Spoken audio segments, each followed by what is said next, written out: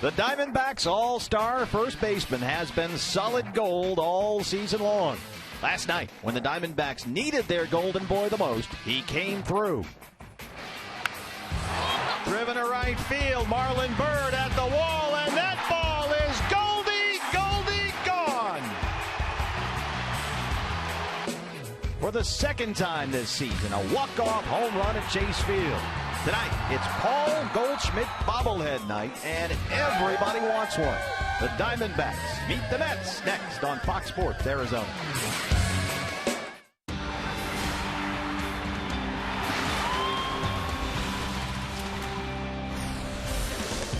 It's the hottest D-backs giveaway of the year. Chase Field buzzing with excitement on Paul Goldschmidt bobblehead day. D-backs fans have been lined up for hours here in downtown Phoenix. Season ticket holders getting early entry, and everyone getting a Paul Goldschmidt bobblehead just one night after a D-backs win on a Goldie walk-off home run. It's the Mets and Diamondbacks here from downtown Phoenix. Good evening from Chase Field, and welcome to the broadcast. Steve Berthume, Bob Brenly along the way.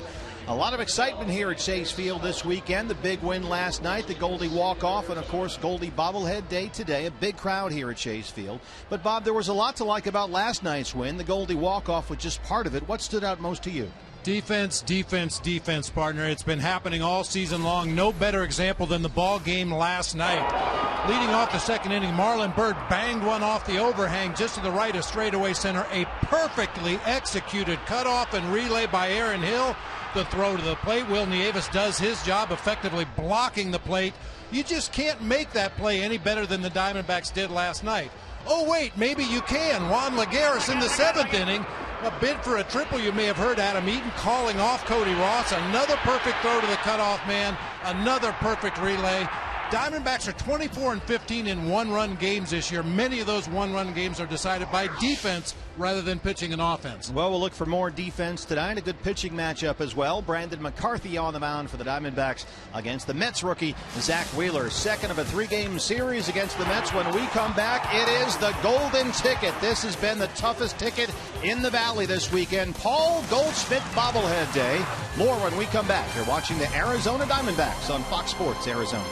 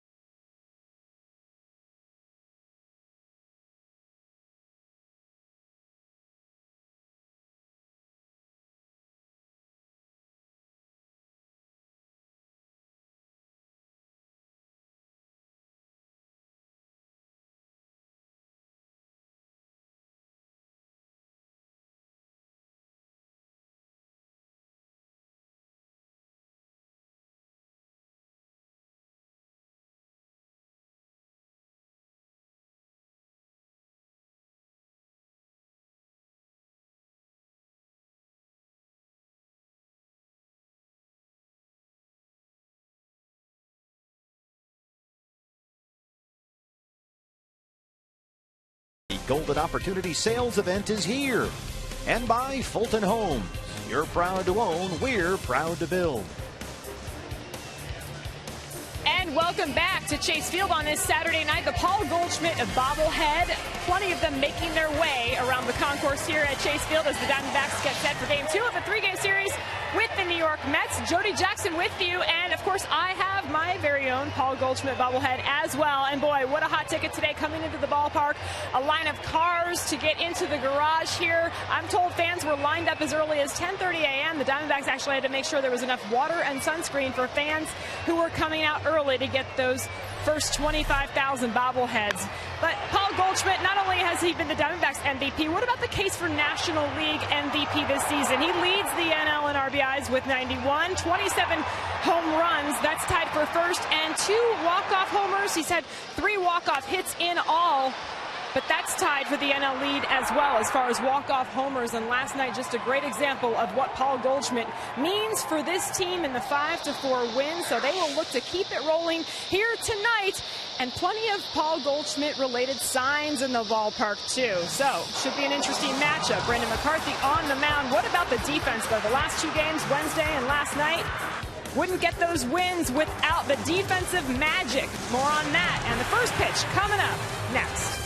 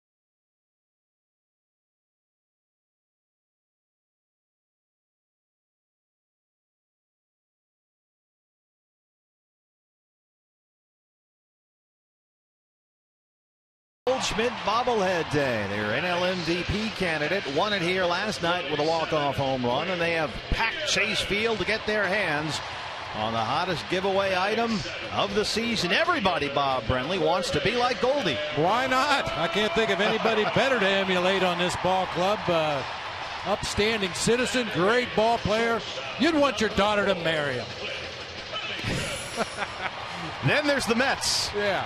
Playing 500 balls since the All-Star break. Last night was their 10th walk-off loss of the season. That's the second most of the major leagues this year, behind only the Marlins. The Sun, however, perhaps trying to shine on Terry Collins' ball club. They are 6-3 when Zach Wheeler starts this season, and he's on the mound tonight. Here's how they'll line them up. Eric Young in left field, Juan Lagares in center field, Daniel Murphy swinging a hot bat at second base, Marlon Byrd, Ike Davis, Wilmer Flores in the middle for the Mets. John Buck once again doing the catching. Omar Quintanilla at shortstop, and right-hander Zach Wheeler. Yeah, Zach Wheeler on the mound. And Brandon McCarthy, just his 13th start of the year after missing all of June and July with a shoulder injury. This is Brandon's second appearance since returning from the DL, and he showed some very encouraging signs in his first start back. That was Sunday in Boston. Yeah, didn't give up the first hit of the ball game until the fourth inning. He did have a 27-pitch first, which really shortened his afternoon as he reached the 97-pitch mark in the fifth. Eric Young Jr. steps in on Paul Goldschmidt bobblehead day at Chase Field. And we are underway. Mets and Diamondbacks with the ball. Mike Winters, the crew chief, is the plate umpire. NYN Jr. at 251 and 2 home runs.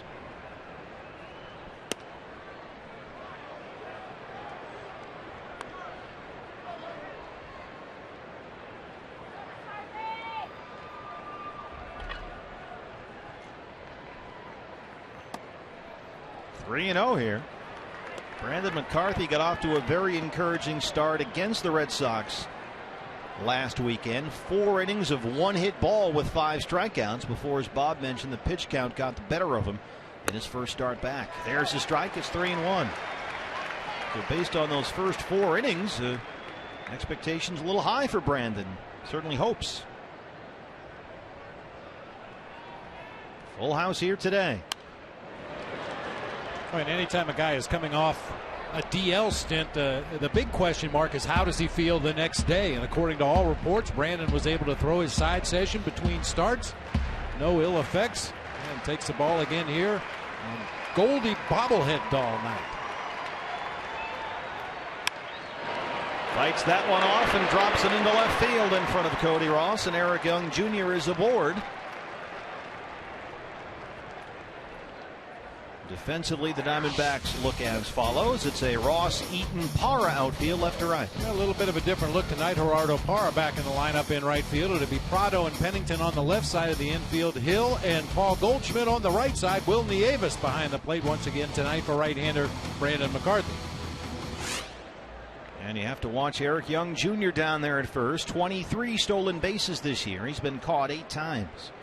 Here's the center fielder, Juan Lagares.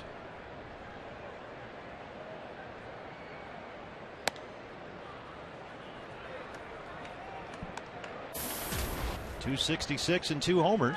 He was 1 for 4 last night.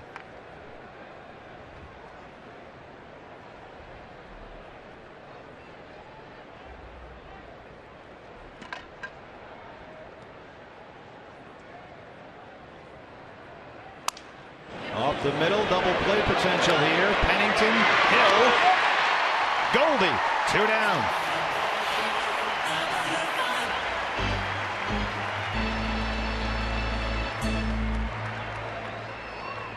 That defense, we showed you some cutoffs and relays in the ball game last night. The double play has kind of been the signature of this Diamondbacks infield over the course of this homestand. Kind of an awkward bounce for Cliff Pennington to handle, but he gets it to Aaron Hill in good shape. 1 step across the bag, easy throw on to Goldie to complete that double play. And Lagares with good speed getting up the line. About a step shy, so quickly 2 down now for Daniel Murphy. There's the first pitch strike. Murphy hitting the ball very well lately at .280 on the year and 9 homers. He had a pair of singles last night and scored twice.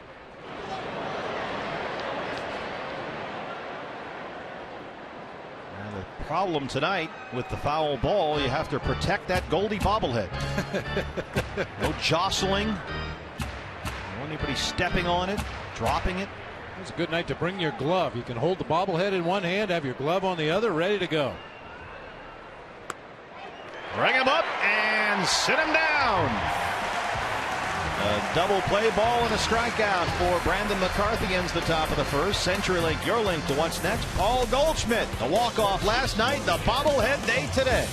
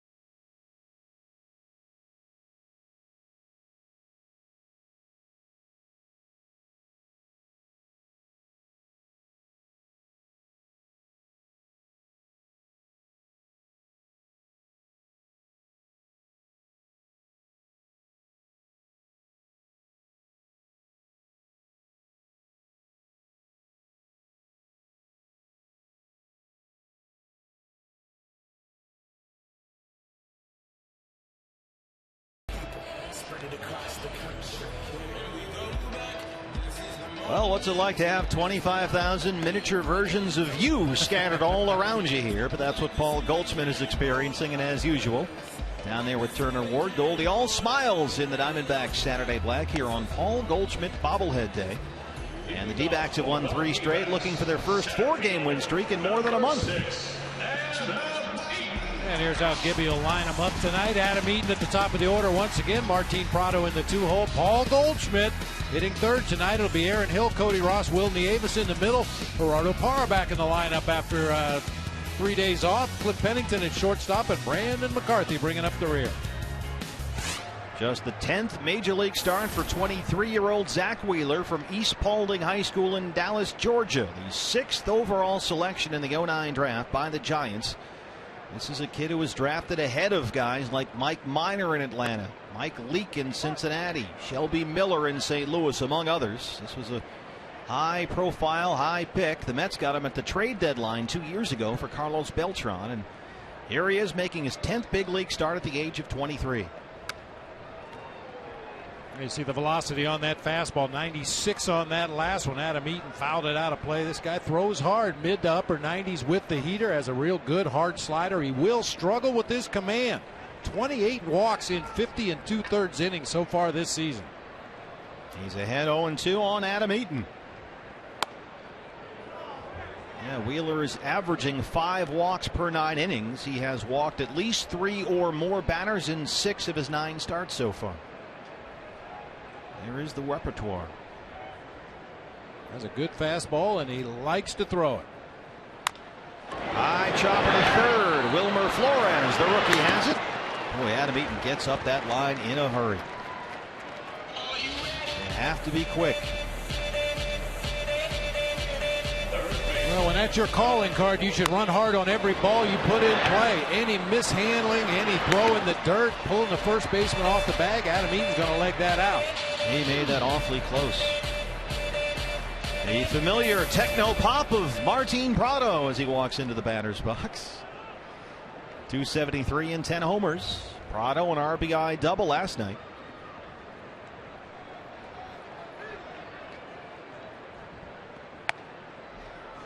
'96 1-0. The bobblehead is on deck.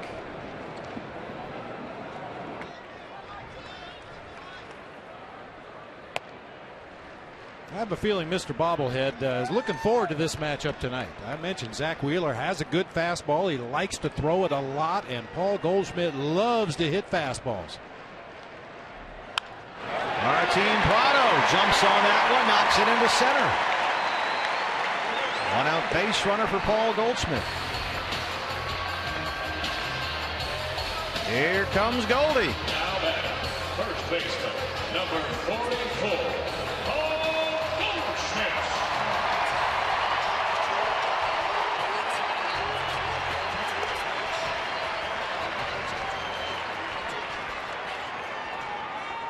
Walk-off home run last night. D-backs are soaring. Invest in gold. Well, they have. He's locked up here for the next 5 years.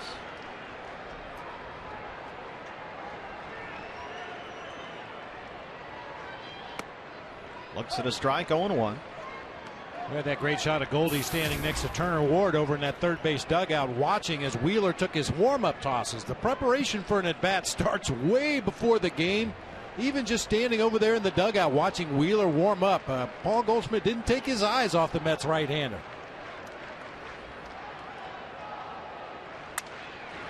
Off the fist and popped up. Foul ground near the dugout, and they can't make up their minds. Ike Davis and John Buck, and it drops in between them. Don't do that to a guy on his bobblehead day and give him another chance.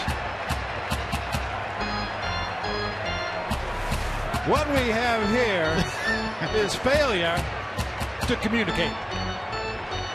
That ball should be caught. John Buck waiting to hear Ike Davis call him off the ball, and Davis kind of taps himself on the chest at the end of the play, indicating that that was his ball and should have made the call.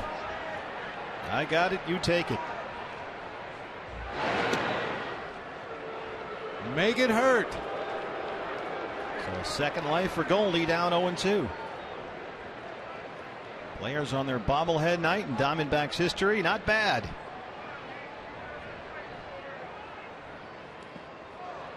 Wheeler bounces that one. We're just looking at the numbers from his previous 9 starts coming into this ball game today. I think John Buck's going to be a busy man behind the plate today. Spiked that slider a good 3 or 4 feet out in front of home plate. Talking to Keith Hernandez, the fine TV announcer for the Mets, said that's kind of been an issue with Wheeler. He's got that punch-out pitch in his back pocket, but occasionally he can run up some high pitch counts early.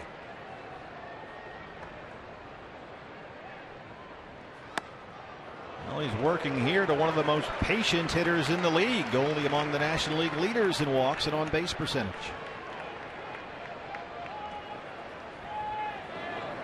Aaron Hill is on deck. Night off for Eric Chavez tonight.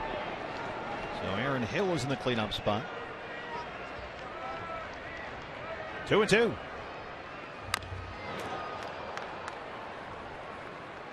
Yeah, that ball that dropped in foul territory there on the first base side, partner. For me, that's one of those ones that should fall in the category of a team error. Yeah. Somebody has to catch that ball. Goldie should be out. Wheeler should be working to Aaron Hill right now. Can't penalize John Buck. You can't really penalize Ike Davis, but one of those two guys should have caught that ball.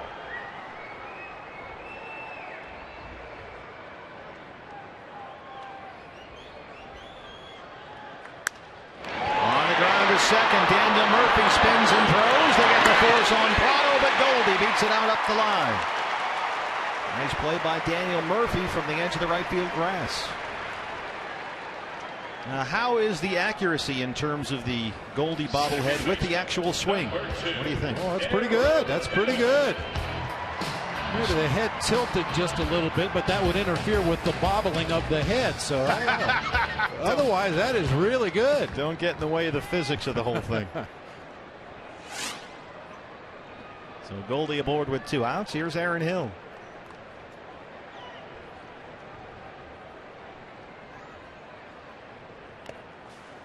You don't want to interfere with the bobbling of the head. No. That really is the key to any bobblehead dog. Kind of defeats the purpose if the head doesn't actually bobble. Aaron Hill's batting average is creeping back up into more familiar territory, like in north of 300. Aaron was on base 3 times last night, a walk and a pair of singles. He scored a run. Mets checking on Goldie over there at first. He walked and stole a base leading off the 4th inning last night for the D-backs. Unfortunately was stranded. Chavez flied out to right. Hill flied out to left, as did Cody Ross. But it's like he's trying to get that walking lead down there at first base, get a little momentum and just take off for second base.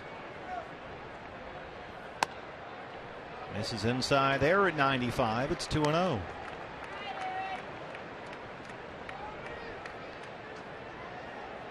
Make the bite sting, Diamondbacks.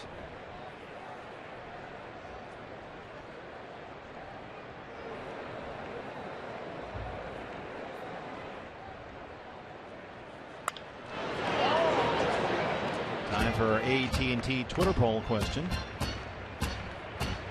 What's been your favorite giveaway this season at Chase Field? The Wade Miley Gardner, the Luchador mask, the Goldie bobblehead, or the Aaron Hill bicycle bobblehead? Tweet your vote to @FoxSportsAZ. Bob Brenly, your thoughts?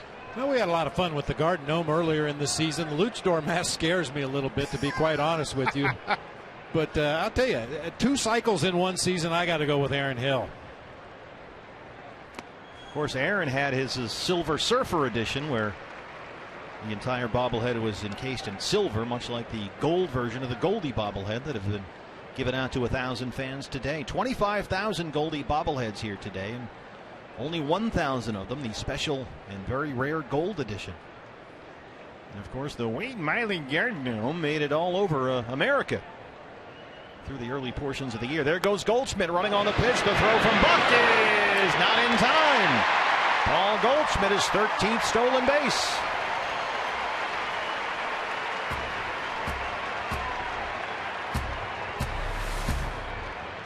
Those are the kind of things a most valuable player does. Get yourself into scoring position with 2 outs in the inning. Boy, a hard slide there. Really hit the bag hard with his left foot. Bang! Right there, kind of rolled over on it.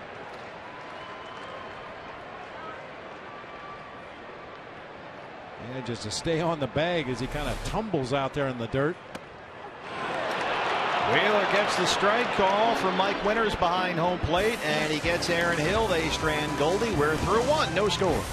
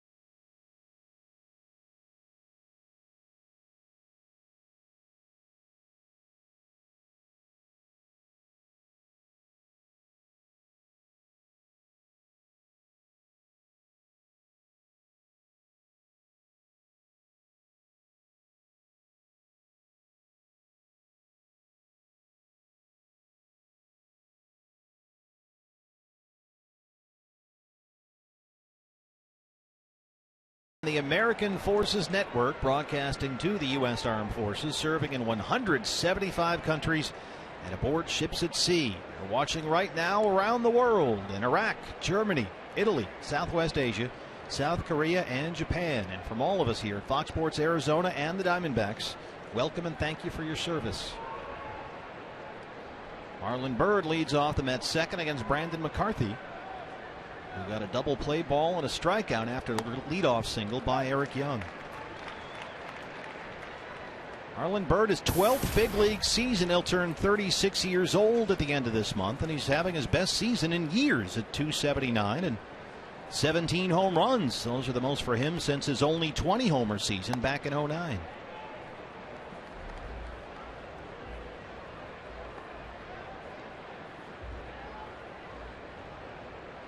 One shy of 100. Maybe that's why he tried to score on that easy triple to center field. Tried to turn it into an inside the Parker. What better way to record your 100th career homer than an inside the park four-bagger? Hadn't considered that, but that would have been a nice little feather in the cap, huh? You ever come close to an inside the Parker? Yeah, I had one. You did have one? Yeah. Whoa. Heads are turning here in the booth. Do tell. Martin Prado at third. That's the first out. Let's go to Los Angeles for a Fox Sports 1 game break.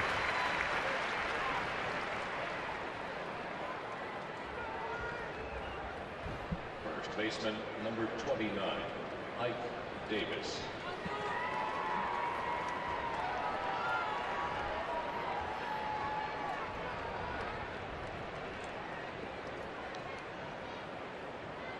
Oh, Uncle already with the Dodgers. They have to lose sooner or later, don't they? You would think so. And I have to take full blame for what happened last night. We were in the post-game show talking about the big D-backs victory, and at the time, the Rays had a seemingly comfortable lead in the ball game. So I said, it looks like the D-backs are going to gain a full game on the Dodgers tonight. Well, by the time we got home, the Dodgers had mounted one of their patented comebacks, and we didn't gain a game on the Dodgers. My bad.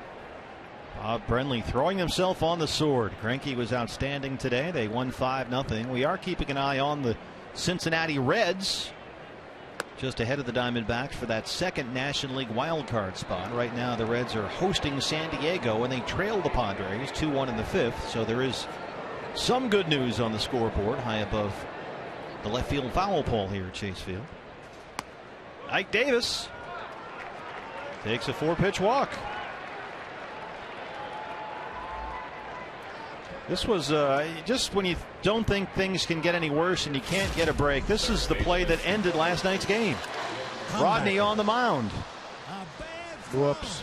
Now, you raised an interesting point earlier talking about this. I think it's all about perspective. Rodney wears his hat cocked off to the side, and I think when he turned around to throw to second base, that hat threw him off. Because it screwed up his alignment. Yeah, sure. That makes sense.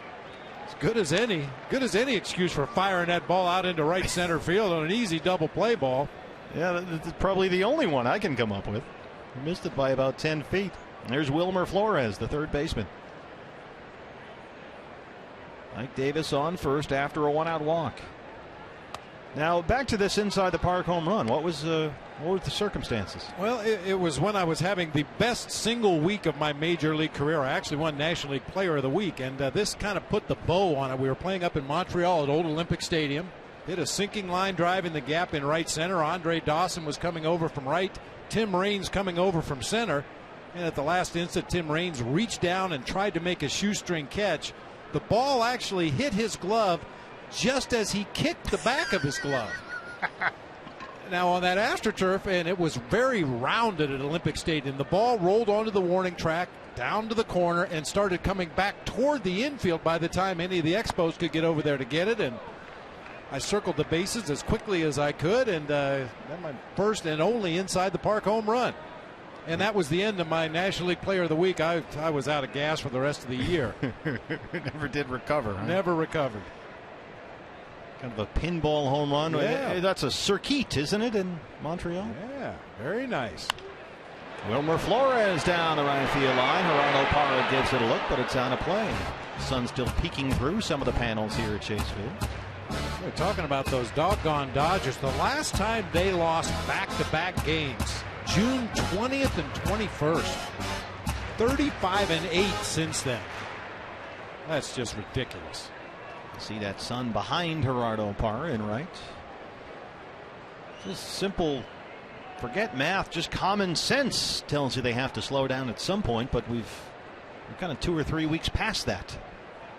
They are on a historic run right now, that's for sure.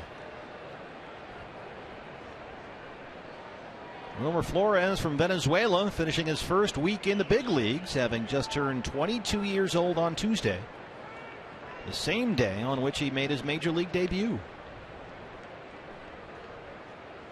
He fished that one the other way. Pennington and Prado nearly collide over there. But Cliff Pennington catches it, and that's the second out. That was almost a cross-up over there. A little grin. That's not an easy play with the third baseman cutting in front. Little jam shot floater to the left side of the infield, but Cliff Pennington keeps his eye on the ball the whole way. Martin Prado goes high. Cliff Pennington goes low, makes the catch. Oh, that's a nice little nifty play by Cliff. And it's the second out. Ike Davis at first. Here's John Buck, the catcher.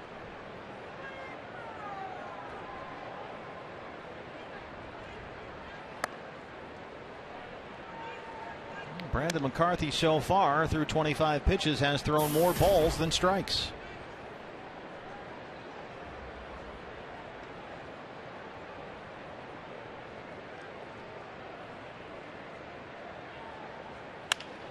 On the ground is short. Pennington. They go the short way, and that ends the inning. Brandon McCarthy strands the one-out walk. Bottom two coming up. No score on Paul Goldschmidt bobblehead day at Chase Field.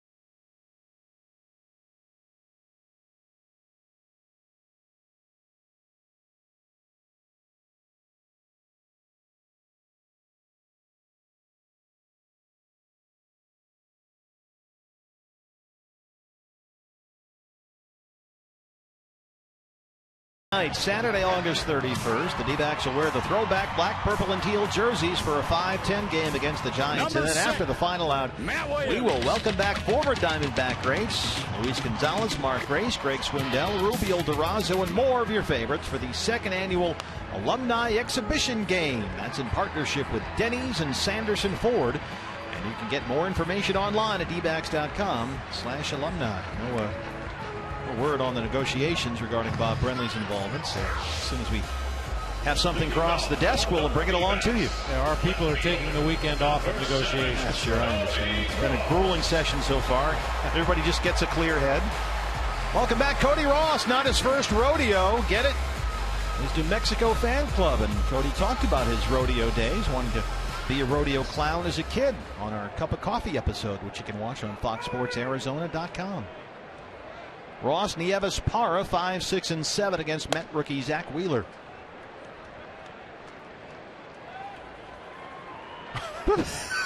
Hold on, honey. I think it's going to take more than a hand-lettered sign. Breathe. Cody Ross down the line. Foul.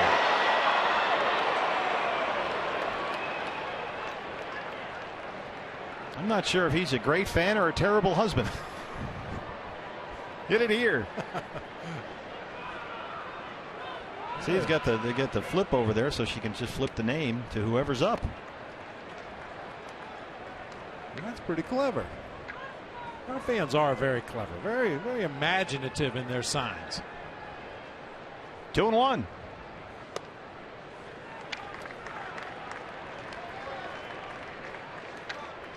Boy, this guy. Patty, please don't go into labor again. Be home after the win. Love, your ex-husband.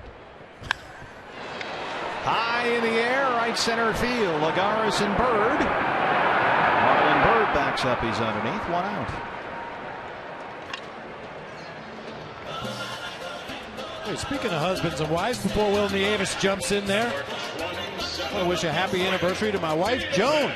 39 years today. Nice work. She's almost got me broken in.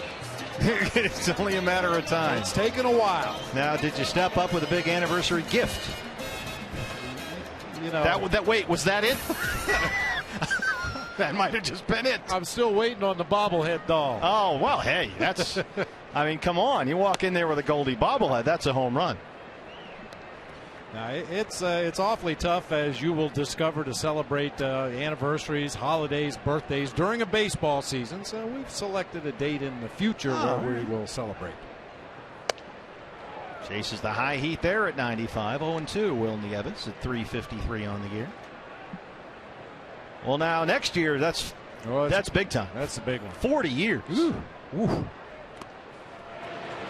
As I'm sure every player on the field that's married would attest, you can't do it without them. I'll tell you, this game, for all of its obvious joys and benefits, there's a lot of tough stuff that goes on behind the scenes, and usually the wives are there to clean up the mess. Look at this, the last 100 at bats. Will Nieves hitting at a Puig-like pace. That's how good he's been. Chases another one. Fastball at 95. Second strikeout for Wheeler. 2 down. And here's Gerardo Parra. Now the staff, Bob, has raised what I think is a legitimate question. If you now couldn't find the time to celebrate the anniversary, how did you actually find time to get married during the season 39 years ago? Well, because it was a different season back then. I was still in college. Oh, okay. And it was just after summer ball and before school had started. We snuck it in there quickly. That makes sense. Which was real bad planning on my part. It's Parra. But I didn't want to give her a chance to run away and change her mind. That's so a good call. As long as I had her convinced, let's go ahead and do this thing. I know how you feel. 0-1 to Parra. Grounded out in his one at bat late in the game last night. Good look from behind home plate here at Chase Field.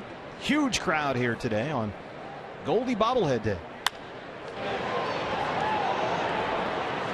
Well, happy anniversary, Joan. Every time a Diamondback player hits a home run this season, fans, Fulton Homes will donate $150 to the Central Arizona Mountain Rescue Association. So that's the Sun Field out there right now if you're a D-backs fan. Right behind the Met dugout up on the upper levels.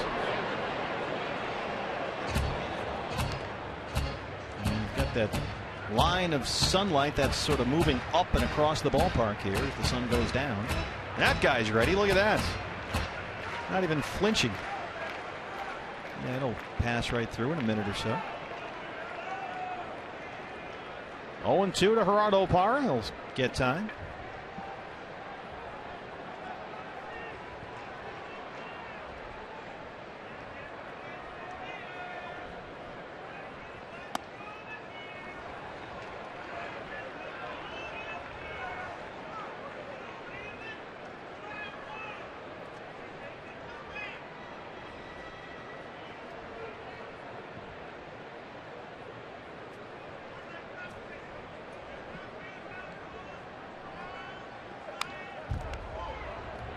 This is Gerardo Parra's first start since last Sunday. He's been slumping and probably, frankly, needed a break. He's hitting barely 160 since July the 1st, so he's had most of this week off. It's kind of unusual. Gerardo Parra, a guy that stands in the same place in that left-handed batter's box regardless of the opposing pitcher. He's actually up in front of home plate by the time he takes his stride towards Zach Wheeler. Usually against a guy that is a hard thrower and throws a lot of fastballs, you try to get as far to that back line of the box as you possibly can, but that's where Parra feels comfortable. He stands in the same spot against every type of pitcher. Right up the middle. Murphy behind the bag. Little jump throw pulls Davis off the bag, and Parra's aboard with a 2-out single. What, for a guy that struggled to find a position at the major league level earlier in his career, Daniel Murphy can play some pretty decent second base. Yeah, he's solid. You know, he's not one of those guys that's going to make a lot of Brandon Phillips-like flashy behind the back plays, but he makes the play on everything he gets to. Very sure, usually a very accurate arm. Tough time that time with the jump toss, but Daniel Murphy's really settled in at that second base position. Gerardo Parra grimacing a little bit there. He's making a face down there. Maybe he hit the bag awkwardly. Here's Cliff Pennington. So let's take a look and see if we see anything with Gerardo Parra here.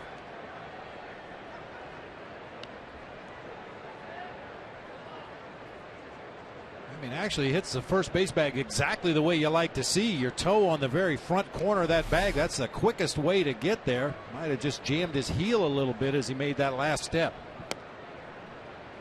2-0 to Cliff Pennington. So we'll keep an eye on Gerardo down at first base.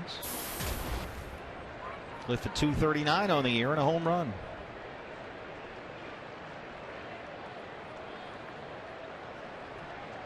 That is the view in right field right now. At a 5-10 start here in the Valley. There's the strike, 2-1. Cliff Pennington hitting .333 since the All-Star break. It's been on a nice roll lately. Didi Gregorius has been getting a lot of playing time, but Didi is having some issues. 0 for his last 17, and it's Pennington in there today. Here's the 2-1.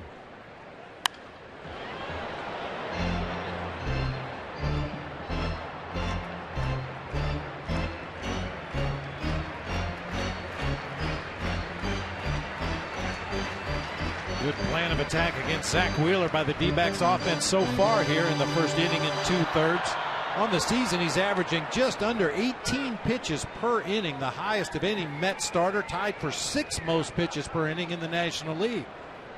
That speaks to some of his control issues. Some of his control issues and some good at-bats here in the early going by D-backs hitters, getting deep in the count, fouling off some tough pitches, staying alive.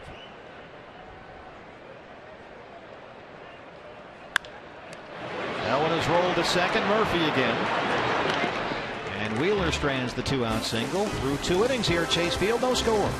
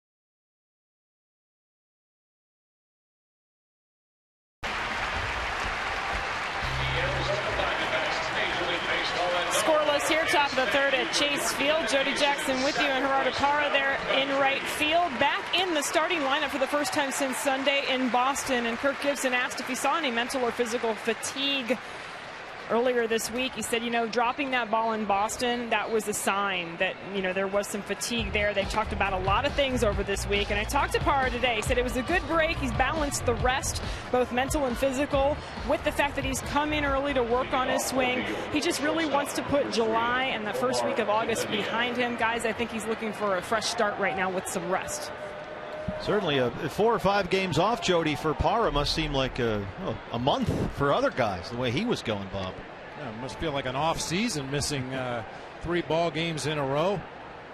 Yeah, grimaced and still limping around a little bit out there in right field. Yeah, he certainly appeared to land awkwardly on that first base bag and kind of tweak something there. And this is at the end of the inning. He's pointing to his knee. Yeah, back of that right knee.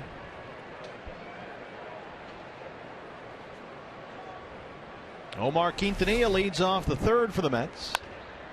Quintanilla, Wheeler, Young, 8-9-1 against Brandon McCarthy.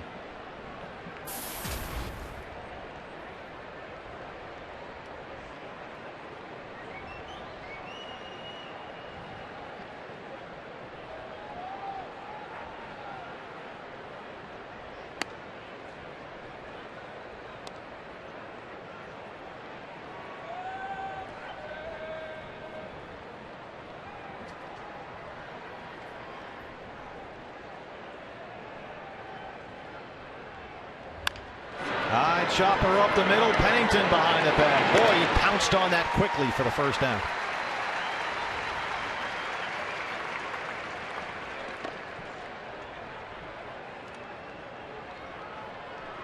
Pitcher number 45, Zach. We were talking about Daniel Murphy and how he'll make all the plays, maybe not in Brandon Phillips style, but you could probably say the same thing about Cliff Pennington as opposed to Didi Gregorius. Didi's going to make the flashy play, the one that will end up on the highlight shows from time to time. Cliff Pennington just makes all the plays. He has been stellar defensively all year long. There's no question about it.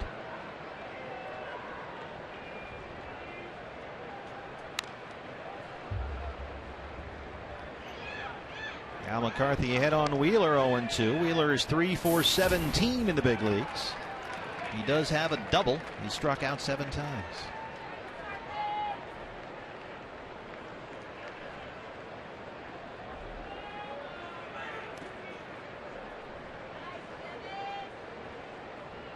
Well, the ground ball there to open the inning for McCarthy. His analytics show the type of numbers that say he's performing as he should out there. The ground ball rate is actually a little better than it was last year. He does not walk batters. As he strikes out Wheeler for the second out, that's 2 strikeouts for McCarthy, both looking.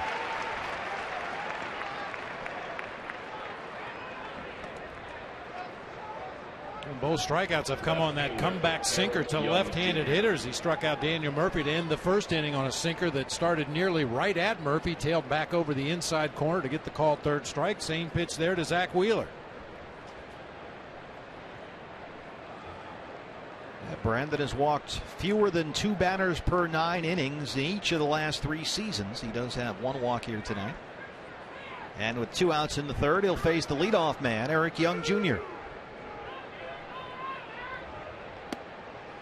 EY Jr. has the Mets' only hit so far. A little single that he blooped into shallow left field.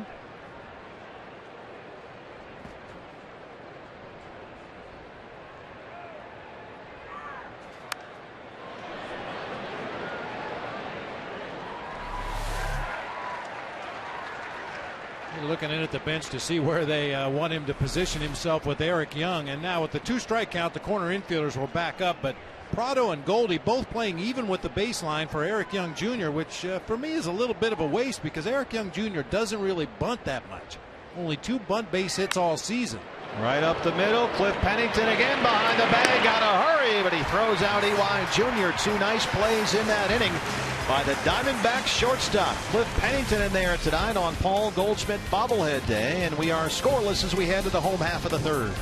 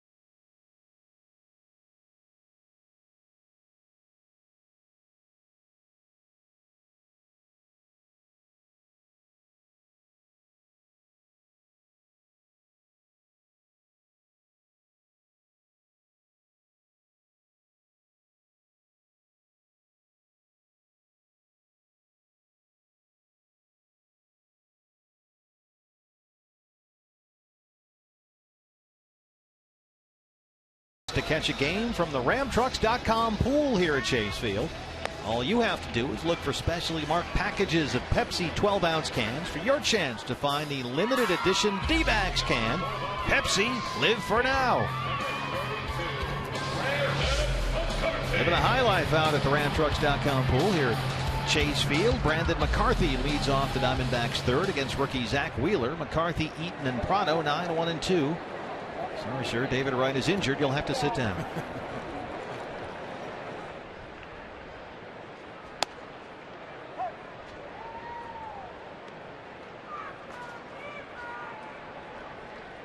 It's when Brandon bats, you realize how he's a big dude at 6'7" up there.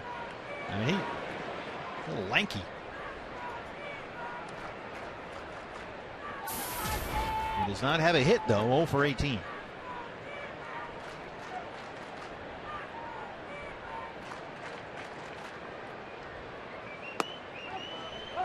Third strikeout for Wheeler, one down in the third. I've told stories in the past about my AAA manager right here in Phoenix, playing for the Phoenix Giants back in the day, Rocky Bridges. Guys that were built like Brandon McCarthy. He used to say if he'd stick out his tongue, he'd look like a zipper. Or if he would drink some tomato juice, he'd look like a thermometer. Long and lean. And on the other end of that scale, in steps Adam Spanky Eaton at 5'8", 185.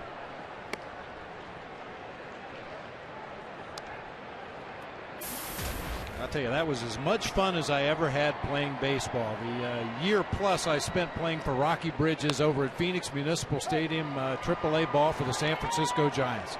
Every day. Couldn't wait to get to the ballpark to see what Rocky was going to do next. Really made it fun.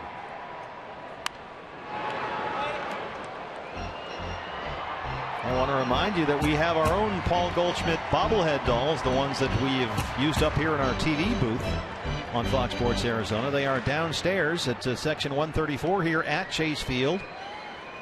And they are up for silent auction right now. All the proceeds go to benefit Paul's favorite charity, which is Phoenix Children's Hospital. And Bob Brenly has signed a leg, I've signed a leg, and Paul Goldschmidt has signed a leg. And right now you can, if you're at the ballpark or know someone who is, have them go down to section 134 right at the community clubhouse, and you can put down a bid for those bobbleheads, which have, well, traveled the country with us. The gold one stayed here, but the regular one went to Tampa, went to Texas, went to Fenway Park. It was up in the booth. Tweeted a lot of shots of it over the course of the last week or so. So Paul has signed it, and we're hoping to raise some money. There's another strikeout. That's 4 for Wheeler. Now, this was the Goldie bobblehead. This was sort of seeing the sights. It had a day out, off day in Tampa down by the waterway. It really did see a lot of the sights of downtown St. Pete. Sort of a zen moment near the water, just a moment of quiet reflection. The clouds, I like it. Checking out the St. Pete Museum of Fine Arts. So it's a cultural, well-educated bobblehead. So that's signed by Paul, Bob Brenly, and myself. You can go down and bid here at Chase Field right now. By the way, the regular version is at $300 right now. The gold version is at $525. Now make sure you get a picture right there on the cell phone of Goldie. It's a pretty good seat right there, huh? Yeah, you get a good look at Goldie and that very abbreviated chop-like practice swing that he takes in the on-deck circle before going up to the plate.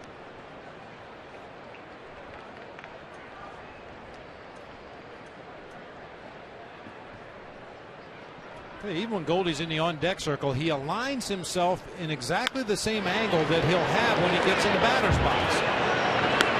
Quintanilla throws out Prado. We are through 3, no score.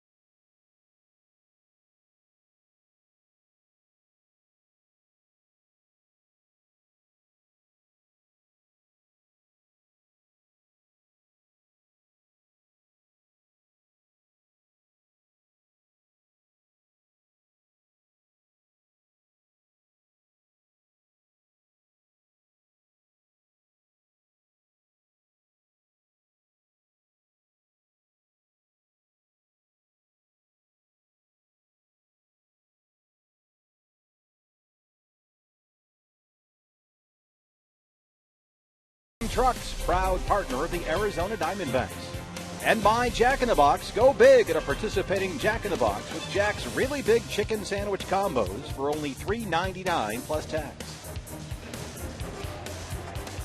Downtown Phoenix set for the fourth inning at Chase Field. The Mets and the Diamondbacks no score. 2 hits for Arizona, 1 for New York on Paul Goldschmidt bobblehead night, and this place is full. D-back Nation has turned out in full force to get their Goldie bobbleheads.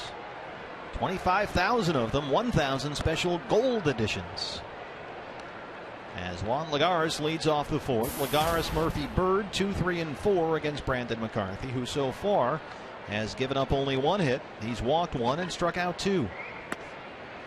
Brandon has had the ground ball working for him so far today. And when he's doing that, he is successful.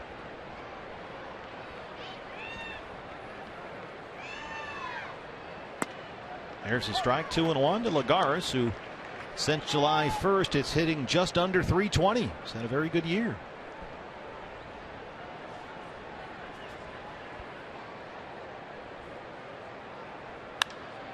Drives that one to the gap in right center field. Gerardo Parra will watch it go. Juan Lagares, his 3rd home run. The Mets take a 1-0 lead.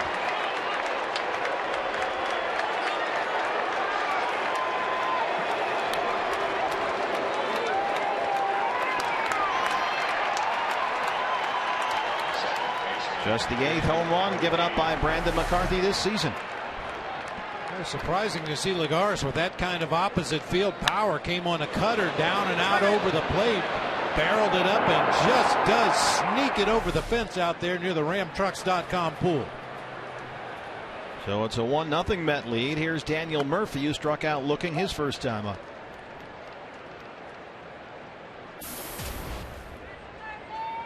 Murphy 279. He's hit in 6 straight games.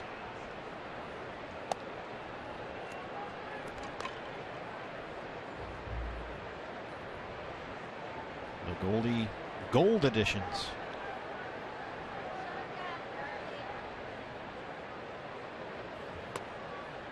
Interesting thing about the Lagares home run, we mentioned about Brandon McCarthy, and when Brandon is successful, he's keeping the ball on the ground. Other than a little blooper by Wilmer Flores that was caught, kind of a half pop-up, caught by Cliff Pennington behind Martin Prado. That was the first ball hit into the air against Brandon so far. Everything else has been on the ground or a strikeout.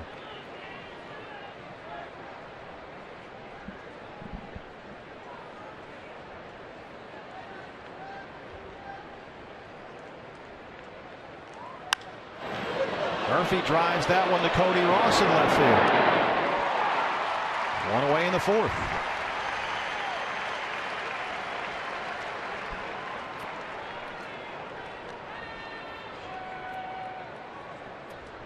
Right fielder Marlon Byrd. Brings up Marlon Byrd, who grounded out his first time. Marlon Byrd was on base 3 times last night. He tripled, but was thrown out trying to stretch that into an inside the park home run. He was also hit by a pitch, singled, and scored a run.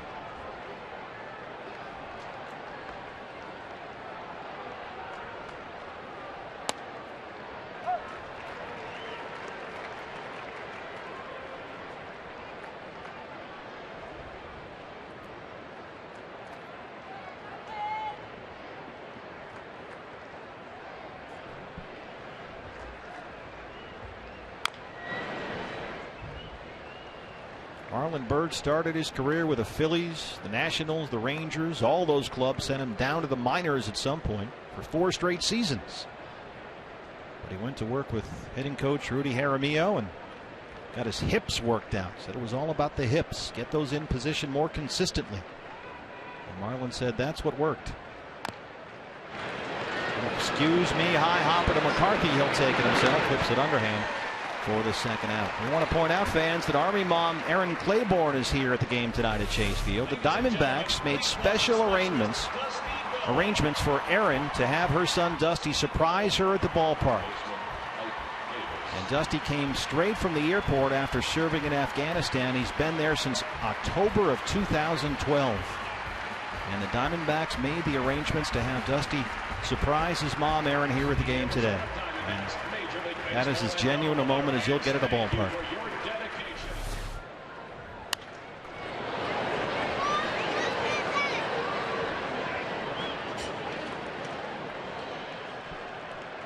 Ike Davis walked his first time.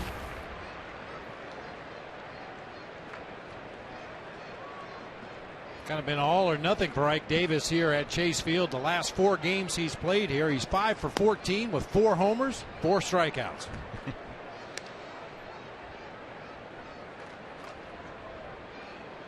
Chaparral High School, first round pick out of ASU in 2008.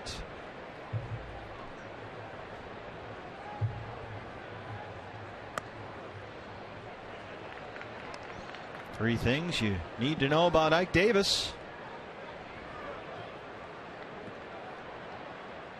Dad Ron Davis was a major league pitcher, Chaparral High School. 103 Sun Devils playing in the major leagues. Not all at the same time. Not all at the same time.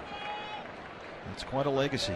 I've had the opportunity to watch Ike Davis play this game since he was a little kid, playing in the sand lots around the Phoenix area. I mentioned this earlier this season. He was always the best hitter on every team he ever played for.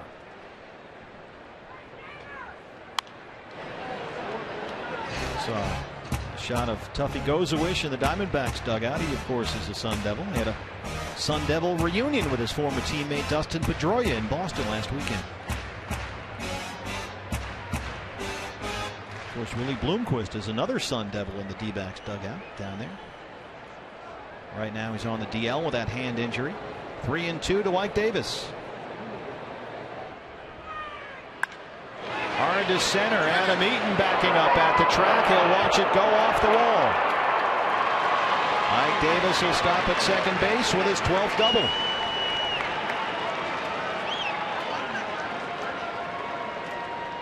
Couple of hard hit balls in this inning against Brandon McCarthy. You know, we highlighted the Diamondbacks defense in the open of the show today, but one thing I really want to point out is watch Aaron Hill and how he uses his feet to get his body into a position so as soon as he catches that ball, he's ready to throw.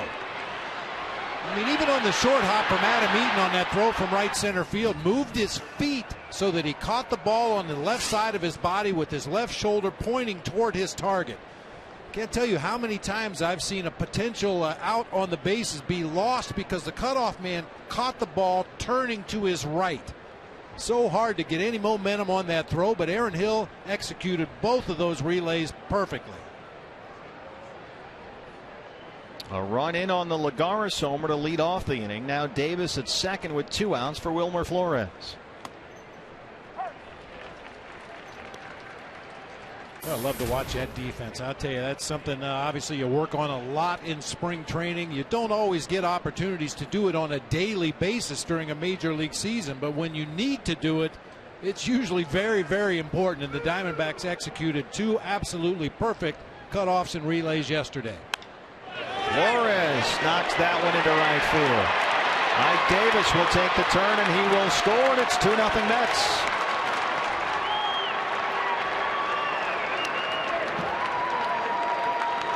Third hit in this inning against McCarthy.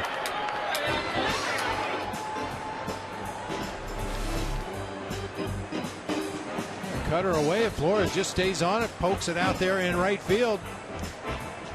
Florida Parr just looking for somebody to throw out as he throw hopped back toward the infield. Didn't have a chance to get Ike Davis at the plate. Didn't have a chance to throw behind Flores at first base. And grudgingly just tossed the ball back to the infield. Brings up the catcher, John Buck. John Buck 0 for 2 with a pair of walks last night. He grounded out his first time up.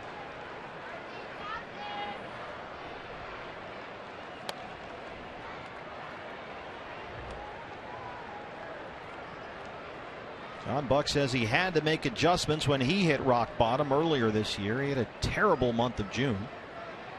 He said he just shortened up his swing. Take the single, take the RBI, don't worry about the big home run. Fights that one off. It may drop into short right, and it does. It's in front of Parra. Flores stutter step halfway between second and third, and he runs into the final out of the inning at third base.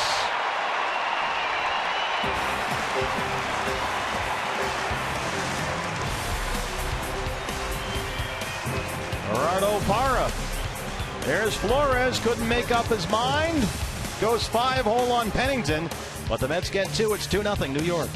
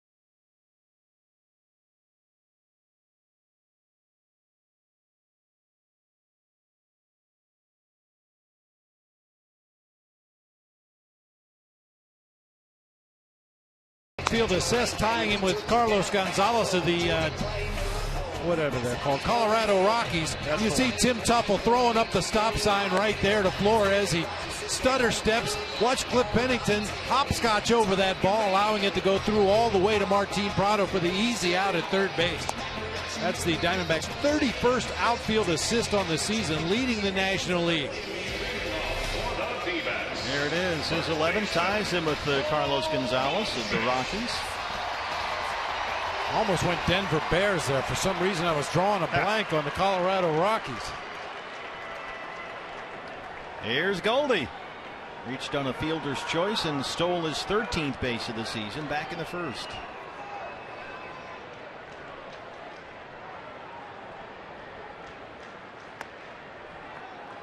Goldie, the walk-off home run last night, tied him with Pedro Alvarez for the National League lead and extended his league lead in RBIs.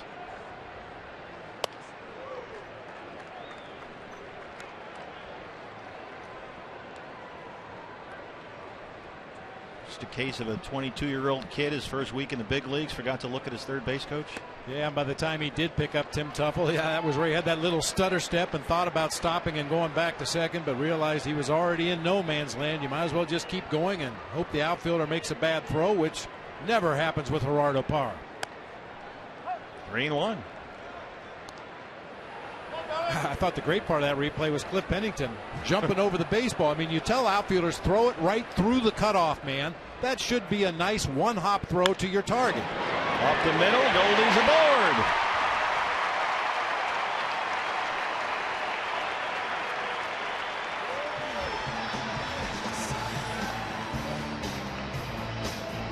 Second baseman, Aaron Hill. That brings up Aaron Hill, who is beginning to total up his hits in bunches. Aaron has hit safely in 9 of his last 11 games. 7 of those have been 2-hit games. He struck out looking his first time up today.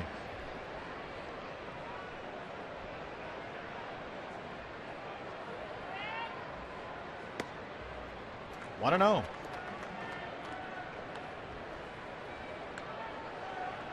Zach Wheeler, as he gets deeper into the ball game, especially that 51 to 75 pitch separation, and then above 76 pitches, that's when the average really jumps. He's sitting at 58 right now. On the ground is short. Quintanilla. Murphy. Davis Walsh with a nice scoop. They roll the double play. Quickly 2 down.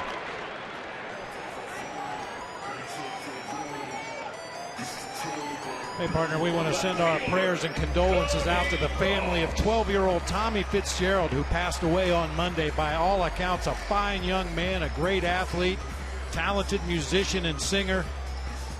Passed away on Monday, was laid to rest earlier this morning. The vice president of the Maricopa Little League, Kevin McDill, has announced that they're going to name a sportsmanship award after Tommy Fitzgerald in his honor. He's going to be missed by all, his parents, his 11-year-old brother, and his 23-year-old sister. Our prayers and thoughts go out to the family. Absolutely. 2 outs now for Cody Ross.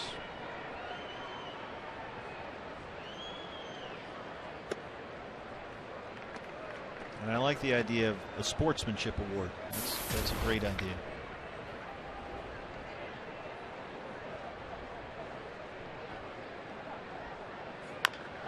High chopper on the ground to keep it in. We are through 4. Diamondbacks trail the Mets 2-0.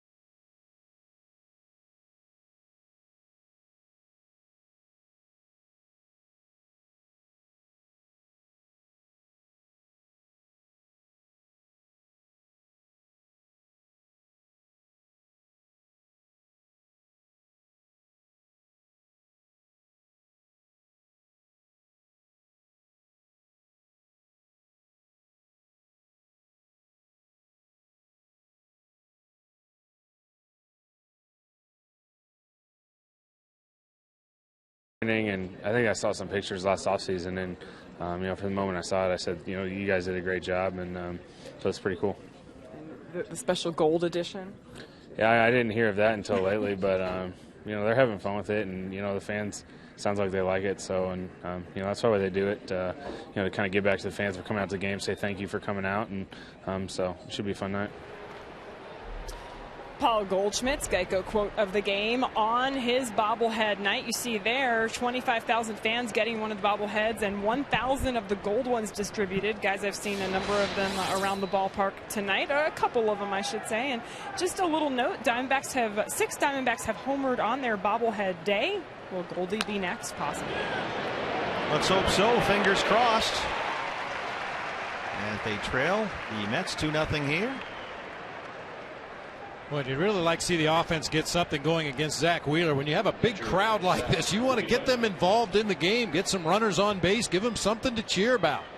Of course, you got to get Zach Wheeler to cooperate with that. So far, the Diamondbacks have been out hit 5-3. They trail at 2-0. And here is Zach Wheeler, who struck out his first time up. I will say this is the skinniest pair of opposing pitchers I can remember in a long time. Now, we were all skinnier at 22. Some of us more so than others. But Zach Wheeler's 6'4", 185. I mean, he's a twig out there. And then you've got Brandon, who's 6'7", 200. I mean, eat something. Spend some of that big league meal money.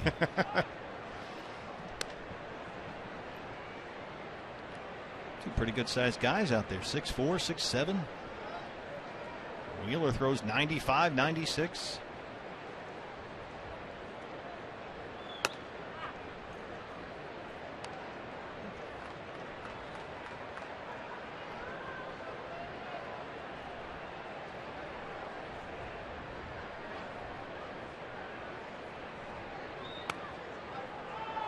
Ooh, misses there. It's full 3-2.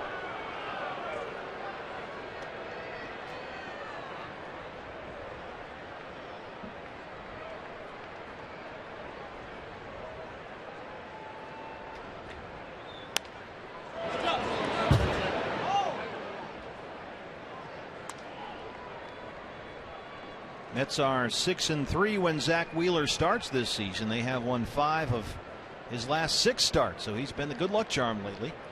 And they lead here 2-0.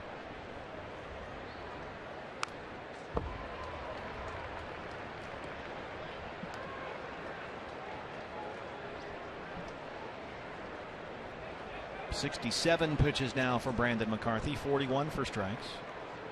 Quintanilla, Wheeler, Young, 8, 9, and 1 here in the Met fifth.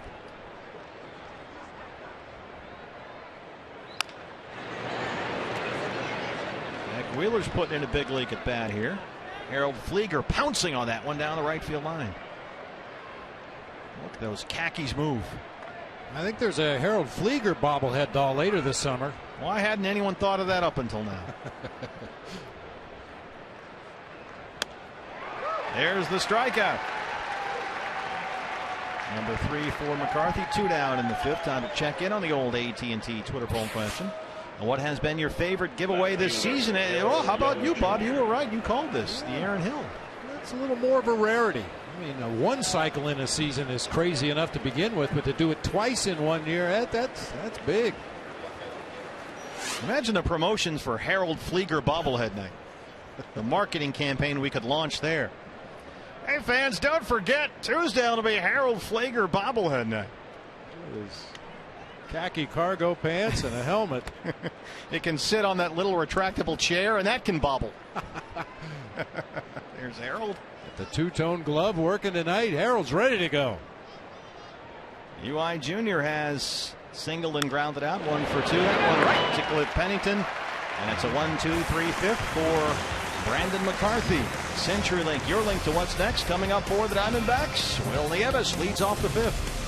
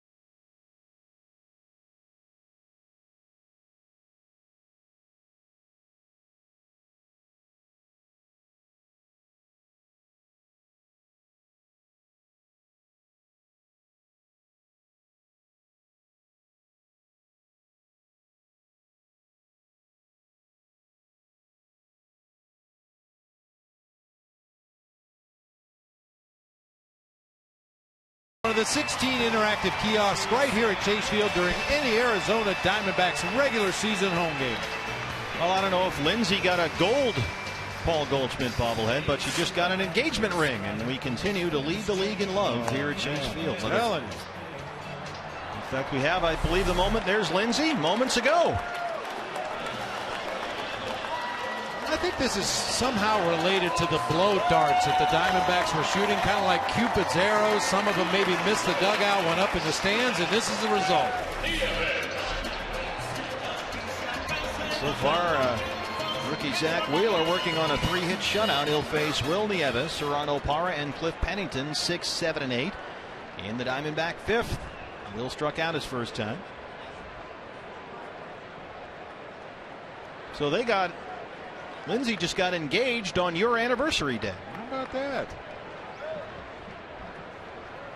It all ties together.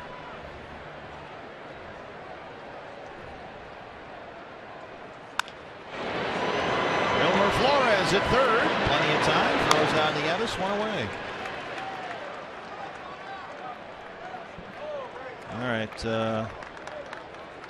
Not kiss camera material. So that's a warning for the scoreboard operators. Rob of those guys down there. Be on your toes.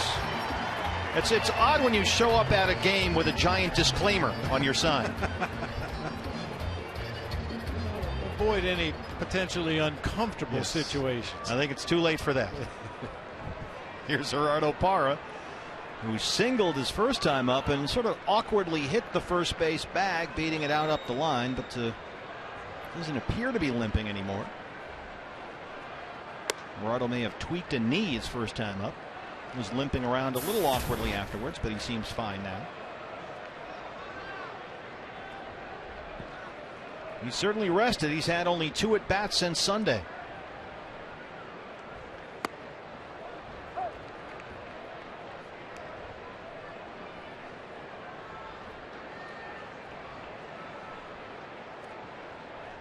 What do you think of Zach Wheeler so far?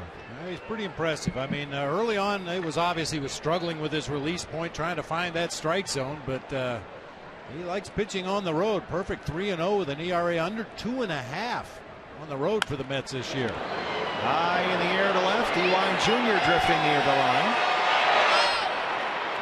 That's unusual because he pitches in what is considered a pitcher's ballpark at Citi Field. Even though they've moved the fences in a little bit this year there at Citi Field, still very much a pitcher's ballpark if you can get hitters to hit it to the big part. You can envision a rotation with Matt Harvey at the top and this guy in the number 2 slot for years and years to come. Oh, Mets fans have actually, I think, been doing that for several years already, waiting for the arrival, and they're both here this year. And they are as advertised, certainly. Here's Cliff Pennington, who grounded out his first time.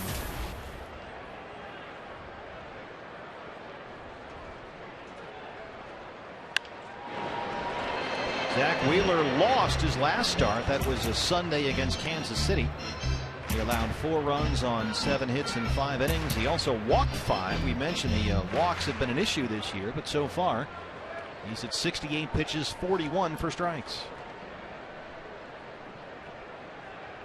The line on his effort against the Royals on Sunday misses there. It's 2-1. You know how we like to get ahead of the curve. Anytime the D-backs score 6 runs or more, Taco Bell is giving away 3 free tacos with the purchase of a large drink between 4 and 6 the following day at participating locations. Cliff Pennington in the hitter's count drives that one into center. That's the 4th hit for the Diamondbacks.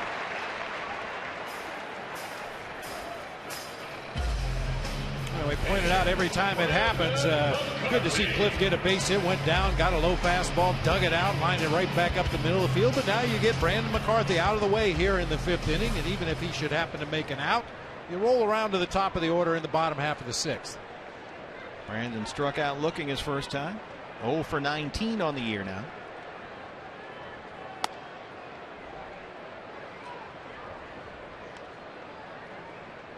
Every time you watch the pitchers take batting practice, they take batting practice as a group every day. It's pretty competitive down there. Guys take their hacks.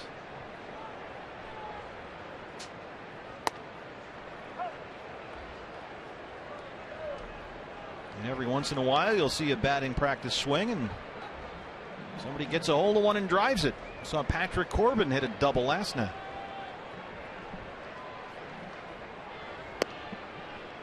Two and one. So far, Wade Miley has bragging rights as far as pitchers hitting, just because he has a home run and 5 driven in this year. That home run, the first ever by a left-hand hitting pitcher at AT&T Park in San Francisco.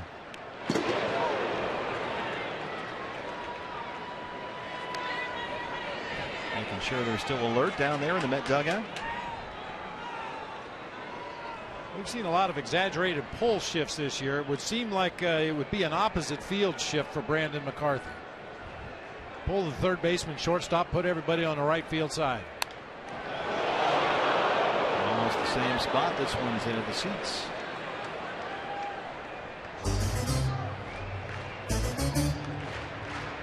Yeah, Murphy's halfway out to right field, well on the right field grass at second base. There's Daniel Murphy, the second baseman. Well, the way this at bat has gone, Wilmer Flores at third base could just go over to the bag and lay down, put his head on the base, and take a nap. I don't think there's much chance of Brandon McCarthy pulling the Zach Wheeler fastball. Right now he's settling for fighting it off. Well, returning the favor, Zach Wheeler had a long at bat against Brandon McCarthy in that top half of the fifth inning before ultimately striking out.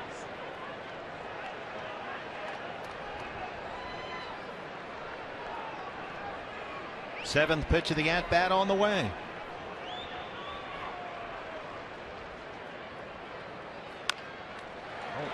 Flores has to come in and field this one, charges it, crosses body, makes the nice throw, and Wheeler strands the 2-out single, but the Diamondbacks clear the pitcher's spot. They trail it 2-0 after 5.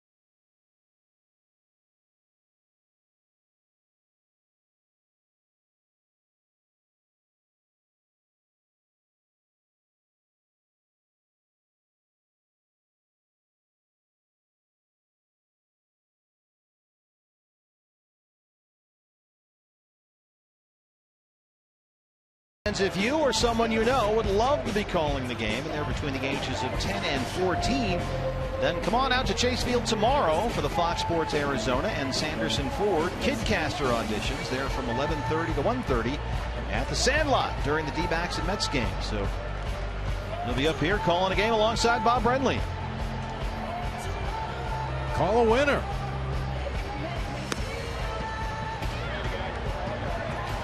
Brandon McCarthy back out there for the sixth inning. He'll face Juan Lagares, Daniel Murphy, and Marlon Byrd. 2, 3, and 4 here in the New York sixth. Yeah, we showed you earlier, we talked about the tremendous defense by the Diamondbacks in that ball game yesterday. A couple of perfectly executed cutoffs and relays. And one thing that I talked over both times, listen to Adam Eaton.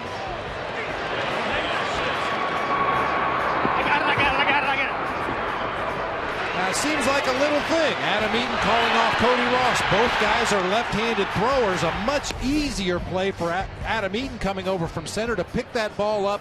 No wasted movement. Get it to the cutoff man. Had Cody Ross been the guy picking the ball up, he would have had to turn his body all the way around to make the throw. Just tenths of a second here or there that make the difference in safe or out on those kind of plays. Juan Lagares homered his last time up, the first run of the ball game. Solo shot, his third of the year.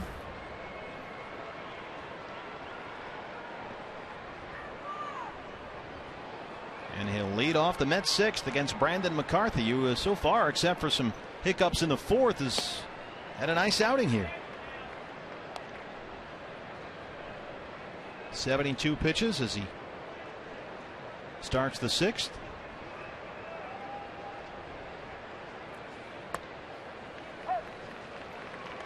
Marlon Byrd, the veteran outfielder, was talking about first seeing Juan Lagares in spring training, and he told reporters that, hey, this guy has the ability to become another Andrew Jones. And everyone kind of laughed, and now when Marlon Byrd said that earlier this spring, but now everyone's starting to notice what Byrd saw. Lagares, who homered his last at bat, has hit right about .320 over the last 6 weeks or so. And he's played a very good defensive center field. Well, maybe equally as important as his offense has been his defense out there in center field for the Mets. This was his opposite field homer to lead off that fourth inning. Eric Young Jr. in left field, Lagares in center, and Marlon Byrd, a good defender in his own right in right field. This might be the best defensive outfield the Mets have had in quite some time. And some of the New York newspapers were writing about Lagares in his breakthrough season, playing the defense and getting on base and using his speed. And they're saying, maybe the Mets have found maybe they found their Brett Gardner, who kind of brings the same things to the table for the Yankees on the other side of town.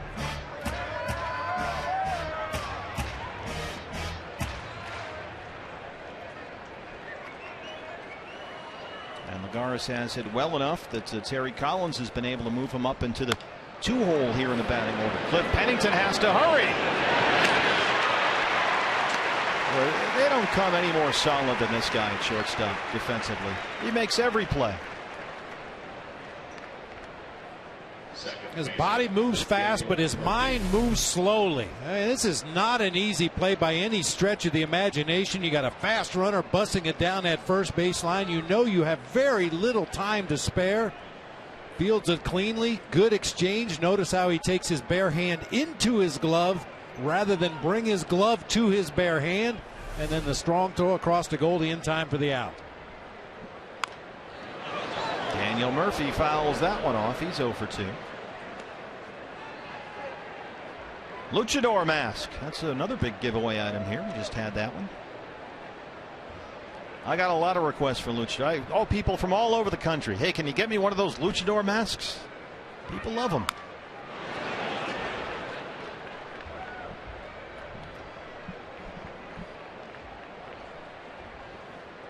Daniel Murphy hitting better than .320 since the All-Star break. 0 for 2 so far tonight. Roller to short. Pennington one more time. 2 up, 2 down.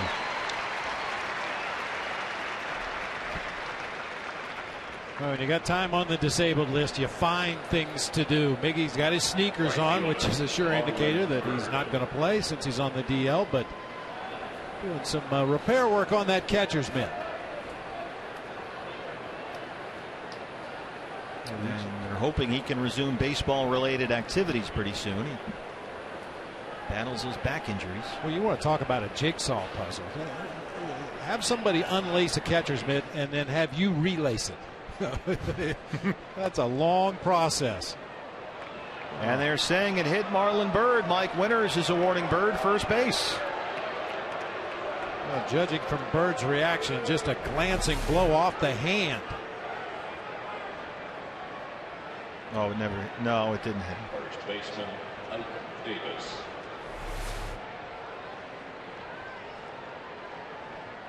See if he cracks a smile here.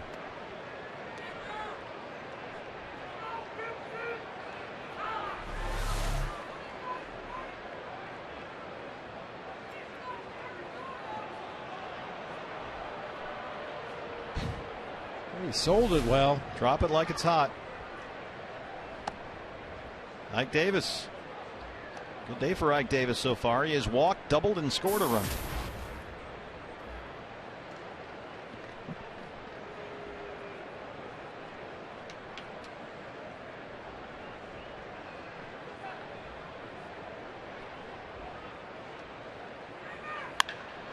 Ike Davis, hard to right. Parr is there. Byrd stops at second.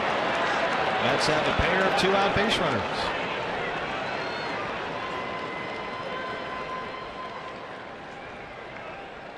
And Ike Davis stays hot since July 28th. He's now 12 for 27, getting on base at over a 600 clip. Has also drawn 13 walks.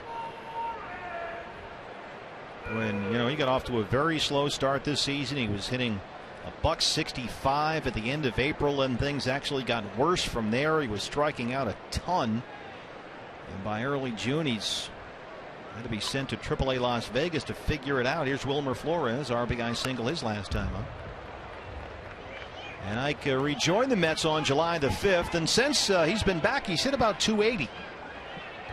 And Bob, you mentioned the walks. His on-base percentage since the All-Star break is .500.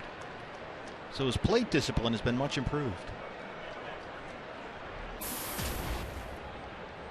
0-1 to Flores.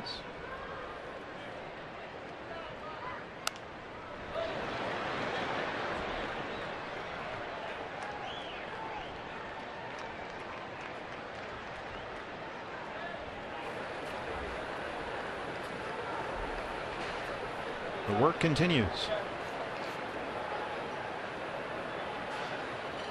There are pre-drilled holes in that glove, and the lacing has to just go in this hole and out that hole and around and back down, and the rabbit goes in the hole and all that stuff. Not an easy thing to do unless you've been doing it your whole life like Miggy has. Everyone moves up 90 feet.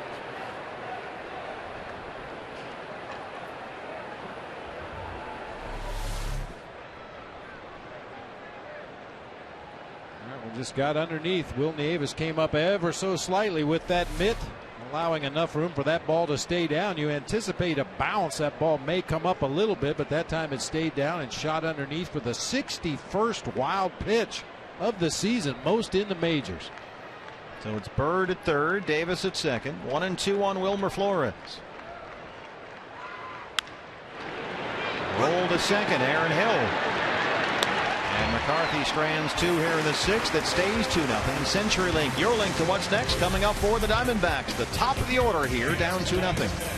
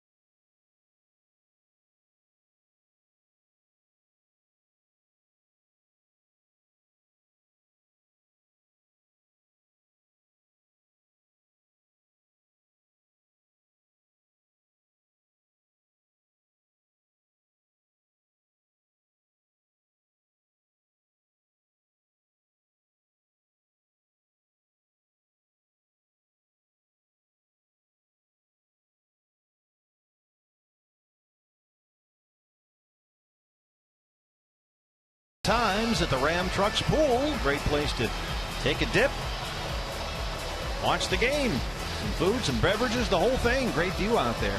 So come join us at Chase Field, twisting by the pool. Goldie, Goldie, gone. That was certainly the call last night on the Paul Goldschmidt walk-off homer, and he just very well might be National League MVP. Right now tied for the league lead in homers and leading the league in RBIs. Played Gold Glove defense, and he's hitting right at 300. He will bat third in this inning, down 2-0. Eaton, Prado, Goldie against Met rookie Zach Wheeler.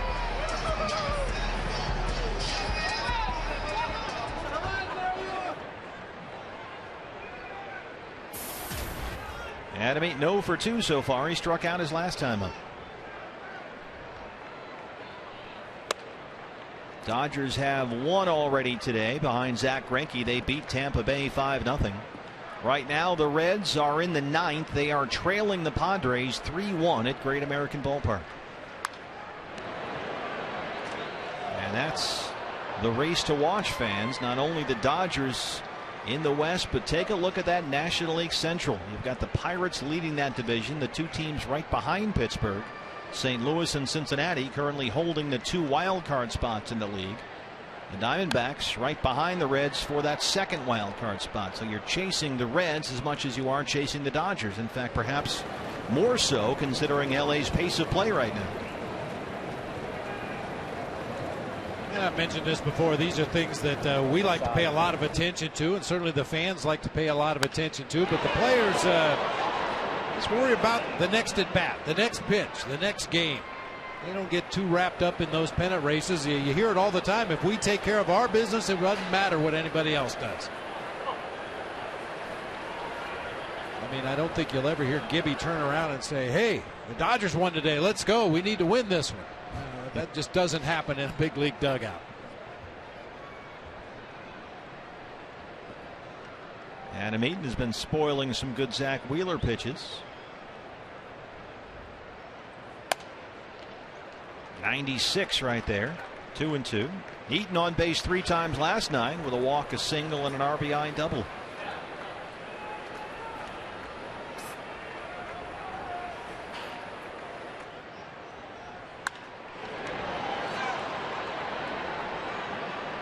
In fact, Adam Eaton has now hit safely in 4 of 5 games this month. He's got a 500 on base percentage in August. Now that's the smallest of sample sizes, I grant you, but it's certainly a very encouraging start to the month. You've got a leadoff hitter who's been getting on base half the time he's up there, and he's worked it full.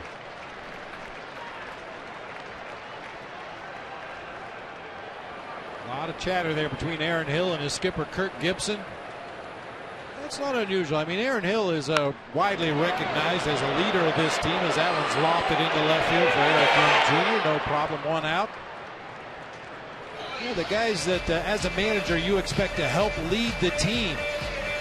You spend a lot more time talking to those guys than maybe some of the other guys on the team. This was much earlier today as the Diamondbacks were getting ready to take batting practice. Gibby and Aaron Hill just lounging in foul territory down that third base line.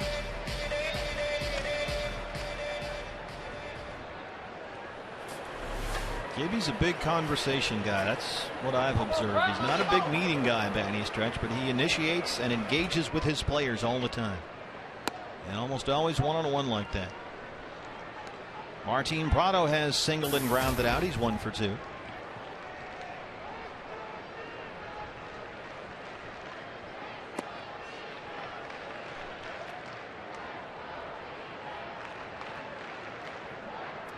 Goldie on deck. Since June 25th, Martin Prado has hit .345. Popped up near the Met dugout. John Buck reaches over and makes the catch. Nice play there by the Met catcher. 2 down. He had just enough room. In fact, caught it right over the head of a Met fan. There's David Wright. Good of the Met fan to interfere with the Met player.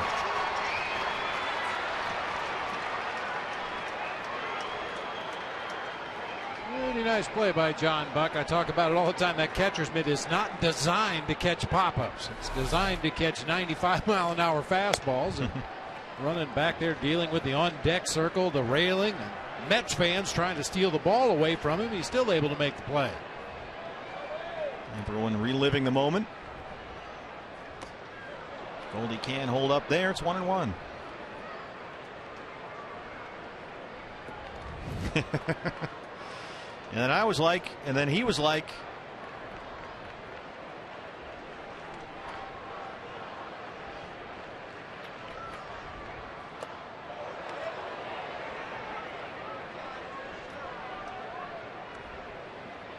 a little discussion here between Goldie and Mike Winters. And that one came close and hit Goldie than the one that Marlon Byrd got called.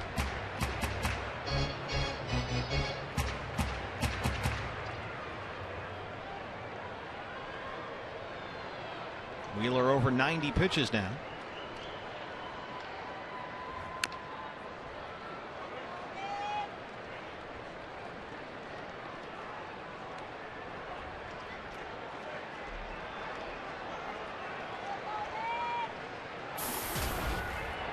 Right at 300. He's hit about 230 since the All-Star break.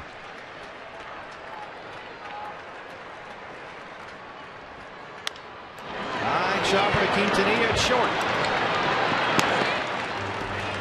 So far, Zach Wheeler has pitched 6 innings of shutout ball. He's given up only 4 hits, and he leads it 2-0.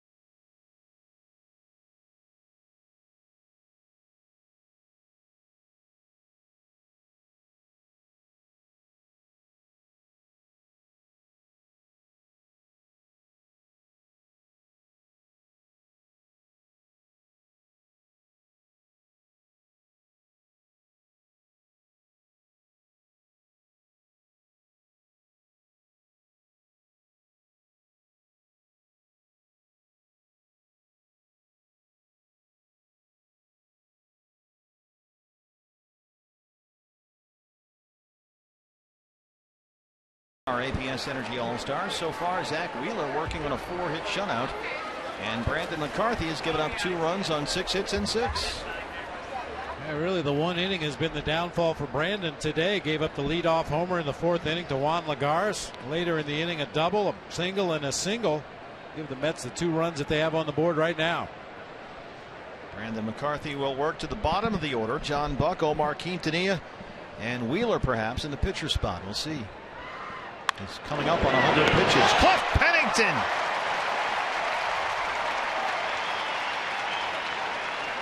Said it before, he makes all the plays.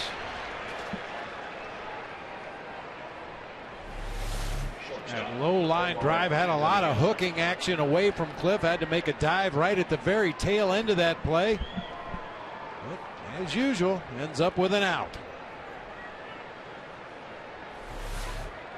1 away, the shortstop Omar Quintanilla, 0 for 2 so far.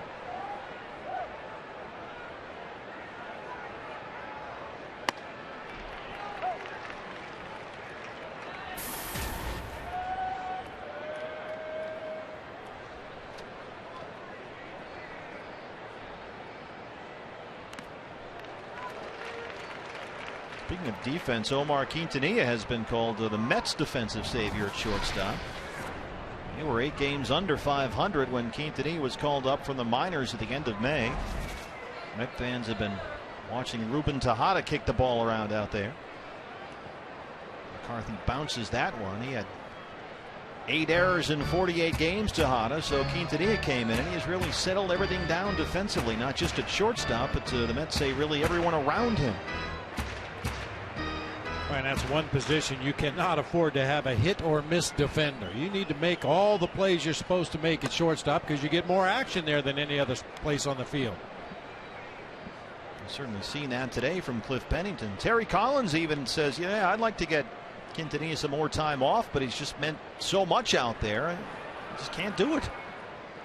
So Quintanilla, who's very happy to play all the time after starting the year in the minor leagues, is and just about the everyday shortstop. He will sit against the occasional tough lefty like we saw last night against Patrick Corbin, but other than that, he's really done a good job for them defensively this year. They're very happy. He's not going to hit a whole lot, but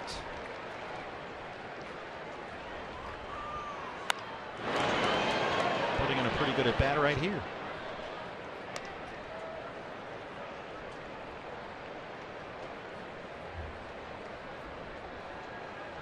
We're having a season, I guess, Bob, like the Mets are, as David Hernandez gets loose. You look for bright spots, storylines. There's the strikeout.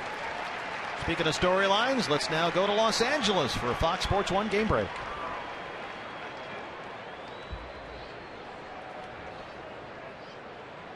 Pitcher, Zach Wheeler.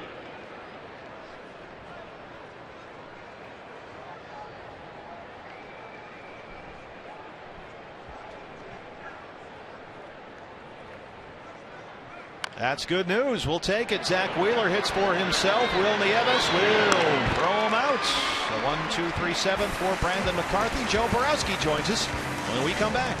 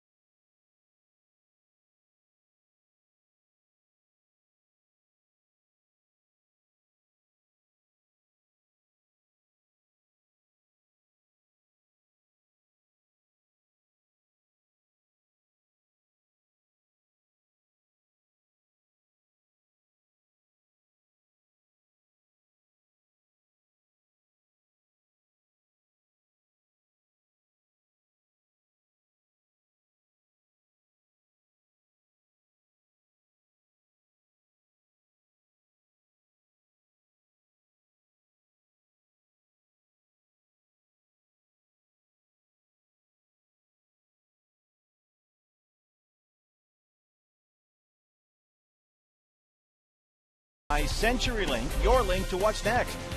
By Mazda, we believe if it's not worth driving, it's not worth building. And by Lone Butte Casino, you're in for more winning moments at Lone Butte Casino. Home half of the 7th here at Chase Field. Paul Goldschmidt bobblehead day. The Diamondbacks trail the Mets 2-0, and Joe Borowski joins us here in the booth. Joe, the Diamondbacks so far not able to solve a guy making just his 10th big league start here in Zach Wheeler. Well, he looks really good. Yeah. And that's the thing is he's not walking guys. He's getting ahead. And his fastball, a lot of times when you see somebody who throws 95, 96, you're like, it doesn't look – he really looks it. It looks firm, and it's getting up there in a real hurry. And Diamondbacks players are having a hard time catching up to it. You're seeing a lot of foul balls down the lines that you're just not being able to get the bat head out in front of the plate. Aaron Hill, and what's remarkable is this is a guy who was averaging 5 walks per 9 innings pitched this year.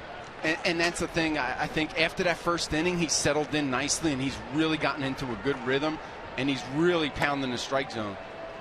Well, it's only 2-0. We'll see what the Diamondbacks can do here. It'll be Aaron Hill, Cody Ross, and Will Nieves. 4, 5, and 6 as Wheeler now crosses the 95 pitch mark. And it's always an engaging opportunity when you can get into this Met bullpen. I think that's the hope for the Diamondbacks right now. They're hoping to see anyone but Wheeler out there right now. And you see Terry Collins, he's pushing the young kid. Now sneaking up on that 100 pitch mark, that last delivery to Aaron Hill, number 97. And we have some activity down in their bullpen. Left-hander Scott Rice cranking it up. He's pitched in every game this year. Aaron Hill fights it off. Ike Davis chases near the dugout, but it drops in front.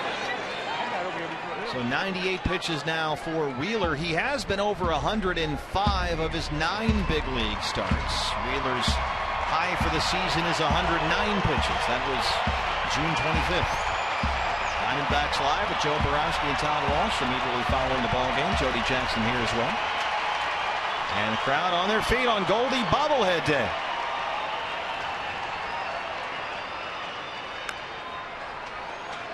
Well, he's thrown first pitch strike to only 9 of 22 batters in this game, which to me tells you how good he's been, because he's fallen behind 13 hitters, putting him immediately into a good hitter's count. The Diamondbacks still haven't been able to do much with him. Ready for pitch number 100 to Aaron Hill. That one is well hit, high and deep to left. At the wall is Eric Young Jr. It's gone. A home run.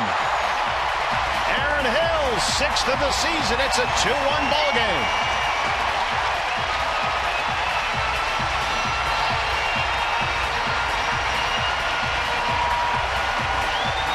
That's a Fulton home run. Another $150 to Central Arizona Mountain Rescue. 6 for Aaron Hill. Oh, breaking ball that just spun up there on the inside part of the plate for Aaron Hill. Got every bit of it. Eric Young Jr. got a little bit too close to the wall there as he tried to make that leaping attempt. Just jammed his shoulder into the wall, stopped his momentum, and the ball got out of here. Just the 5th hit for the Diamondbacks against Wheeler. The 4 previous hits had been singles. Cody Ross skies that one very high in the air to shallow left. Young is there, and that's the first out.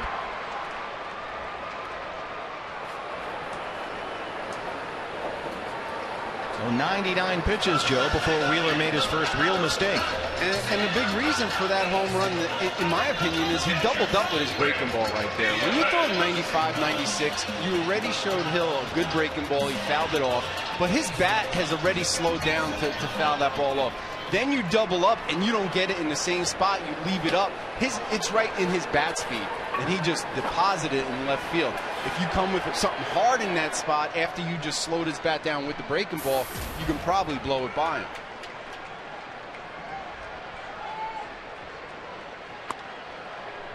Will Nieves 0 for 2. And anytime a guy that throws as hard as Zach Wheeler gets beat on an off-speed pitch, pitching coaches, sometimes teammates will say you're trying to get cued out there. You know, I want to show you that. Or that's the wrong pitch right there. But if you execute the pitch, it's not the wrong pitch. It was the wrong location. Boy, they have got Will Nieves to chase that pitch right there all day long. The 77, a couple of the breaking balls that he's thrown in this game. 96, he's held his velocity since the first inning of this game, right up until this at bat. He did not go, says Lance Diaz. Will Nieves has hit safely in 10 of his last 12 games. He's behind here 1-2.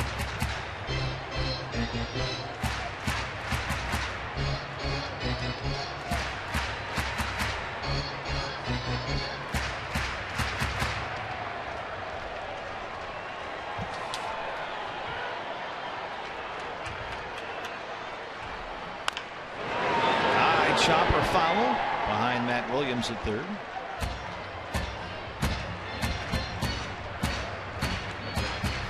Here's that sequence we were talking about. The one on the left was the breaking ball that was down. See, that's good pitch right there. Good location that time. Tries to come back. Yep. Ooh. Hard to left. Nieves has his hit. And we'll see if this is it for Wheeler. Scott Rice, the lefty, has been warming, and Gerardo Parra is coming up. We'll see how Terry Collins wants to play this.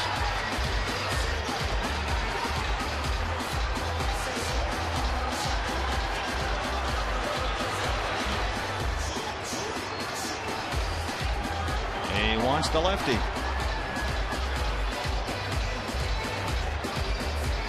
Boy, terrific outing by Zach Wheeler, this Mets rookie, but he leaves responsible for the tying run. We'll take a break at Chase Field.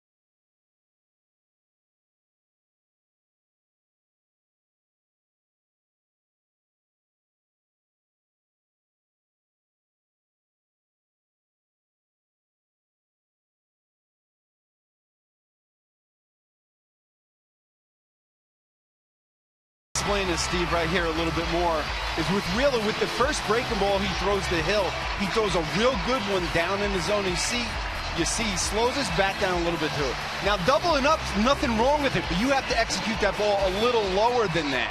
He leaves it up, spins off the top of his fingers, and right in Aaron Hill's happy zone right there. But if you're going to execute that pitch and you're going to double up on something, after you get the swing you did on the first one, you want to get it lower than that. And so Wheeler's out of the game, responsible for Nieves at first. And here is the busiest pitcher in the major league, Scott Rice. He leads the major leagues with 59 appearances. The left-hand specialist. Lefty's batting only 162 against him. We saw Rice last night work a 1-2-3/8 inning. That included retiring a pinch hitter, Gerardo Parra, in the 8th inning last night on a ground ball to first base. And now he'll face Parra here with a tying run on first and 1 out. Gerardo Parra so far 1 for 2. He singled in the second.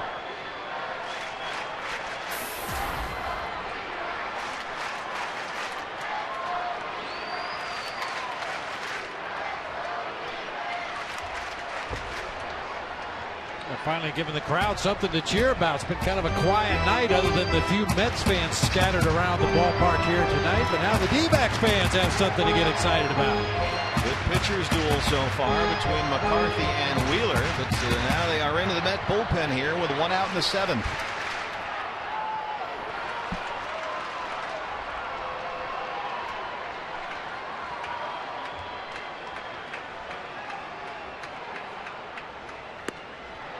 Oh, 0-2.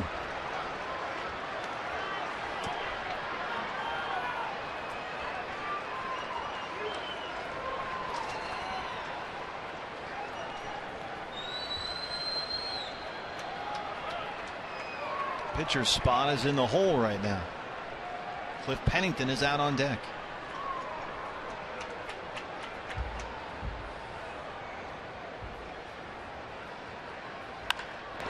Bounced and throw. It's into right field. Will Nieves will head for third. He'll make it. First and third, 1 out for the Diamondbacks.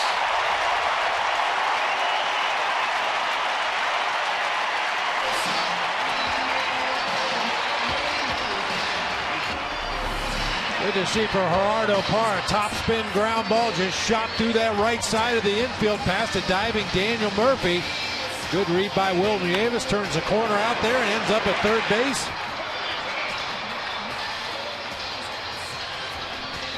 And really getting into it now. Steve Sachs fired up down there at first, and now Cliff Pennington, the switch hitter, will bat from the right-hand side with a tying run on third and 1 out. Go-ahead run on first. Pennington 1 for 2. He singled his last time up.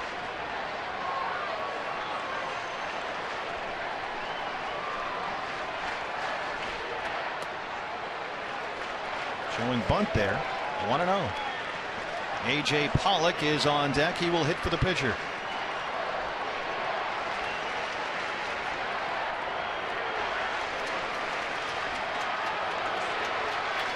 Nieves at third. He's the tying run. Parra at first. He's the go-ahead run. 1 out here in the 7th.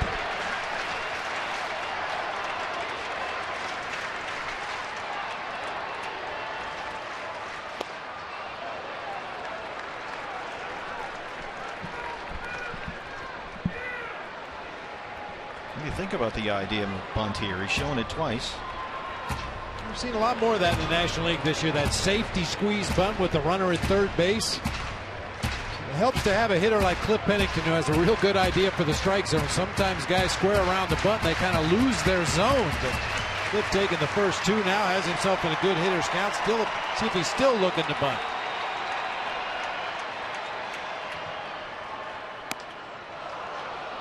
That's a strike. 2-1. Mike Davis crashing in from first there. From Kirk Gibson to Matt Williams to Cliff Pennington.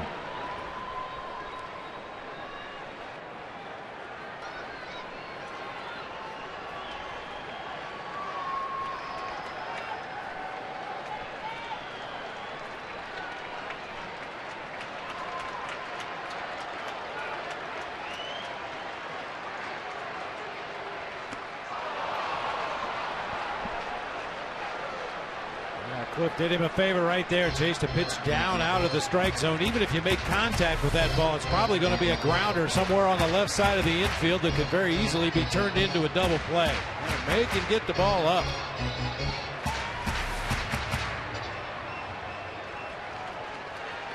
He's been hot lately. Very productive bat.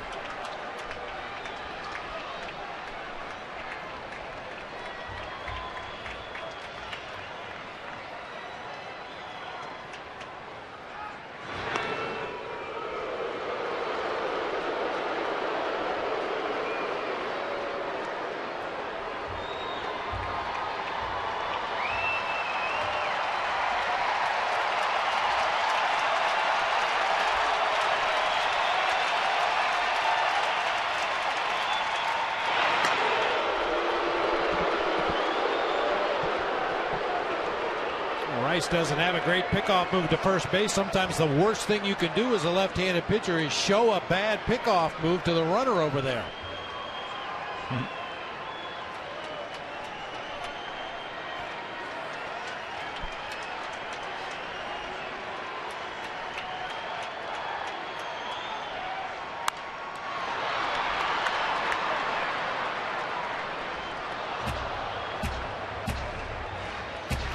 Homestand has been a different story with a staff that's been an issue at times over the course of this year for the D-backs. Very productive here.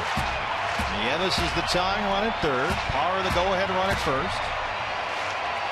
And another 2-2 to Cliff Pennington.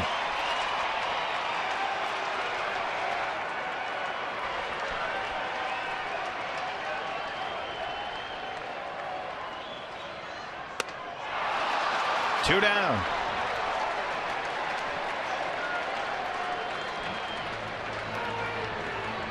He was ahead 2-0 in the count.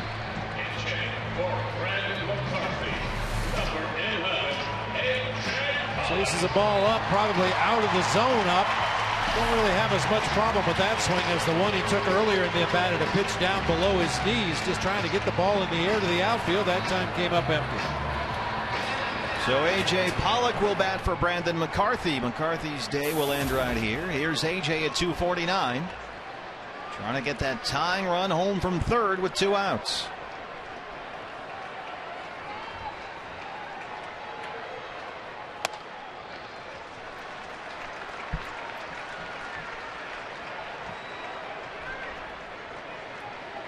AJ about 40 points better this season at home than on the road. And he's up here at Chase Field in a big spot in the 7th.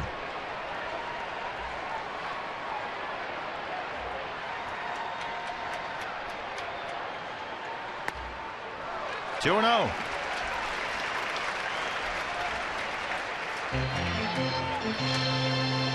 So anything AJ might have picked up in the on-deck circle watching Rice fall behind 2-0 to Pennington in the previous at bat. One thing is that Rice early on to Pennington, everything was down. He got him to swing at a pitch up in the zone, but right here for Pollock, he needs to be looking for one pitch in one spot. He doesn't get it, don't swing at it. 3-0.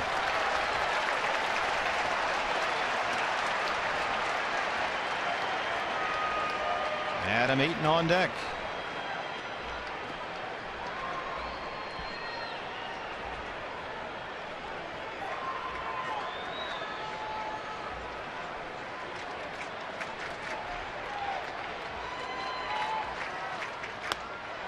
Ball 4, bases loaded.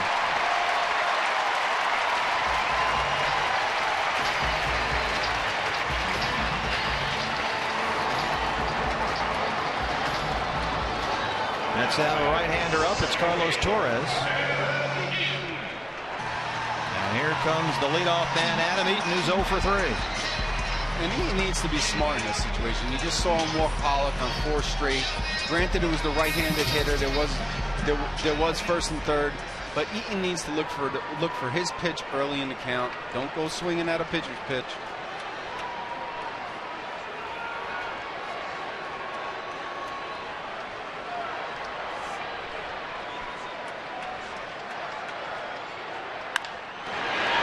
second, Murphy. They'll go the short way, and that's it. Scott Rice gets out of a big mess there to keep it a one-run ball game, but Aaron Hill hits his sixth to pull the Diamondbacks within one. It's 2-1 here as we head to the eighth. Joe, thanks. We'll see you in the postgame show. Look forward to it, guys.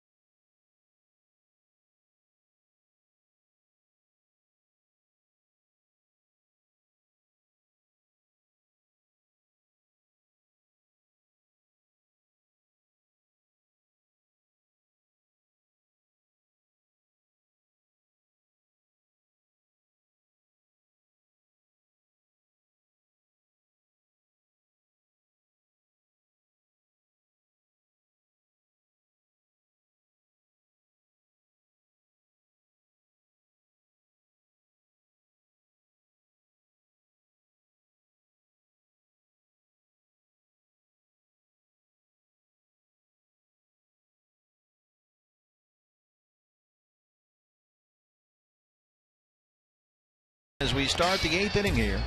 Hey fans, D-backs 2014 season tickets are on sale right now, and season ticket holders get to choose from the best seats for the lowest prices, and they have a new 12-month flexible payment plan.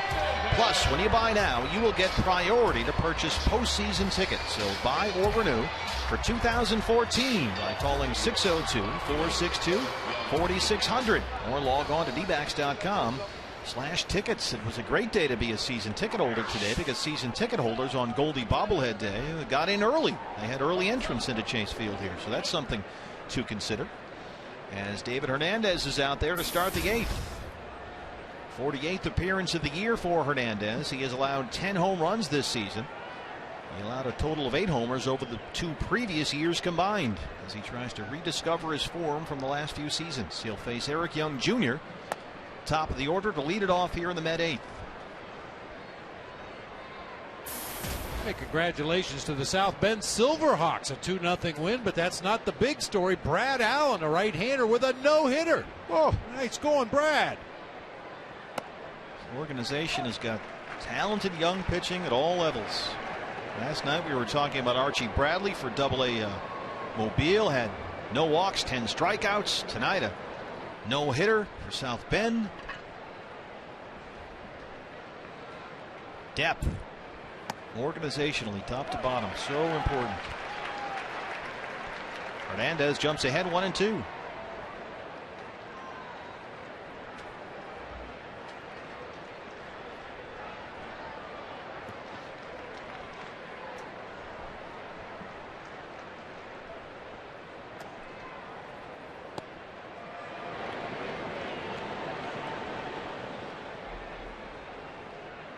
And it's a big inning here for David Hernandez, obviously for his own peace of mind to get back on track, but working your way through the top of this Mets order one more time here in the 8th inning.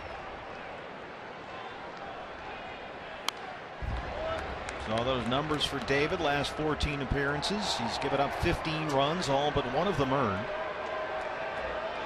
He's got an 0-2 record with a blown save over that span, and an ERA that's over 10.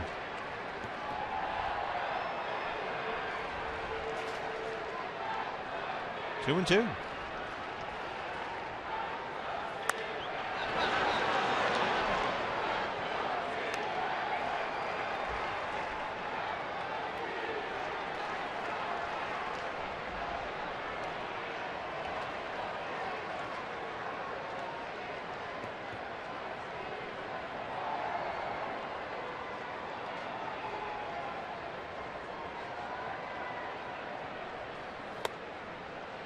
97 misses there. It's full.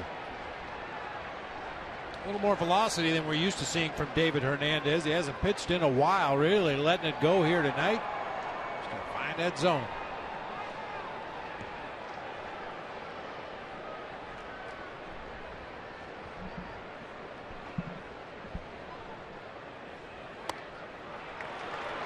Leadoff man on for the Mets in the 8th. Levi Jr. and that speed on base for the second time tonight.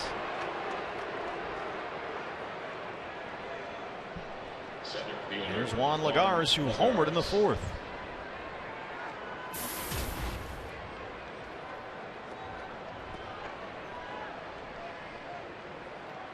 Lagares has put down 3 sacrifice bunts this season with a 1-run lead in the ball game. Let's see how Terry Collins chooses to play it here.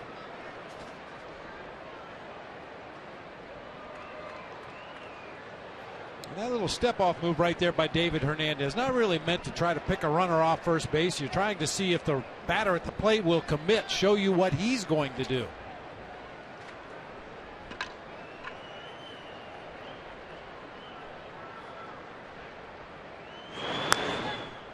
.23 stolen bases for Eric Young Jr. He's been caught 8 times.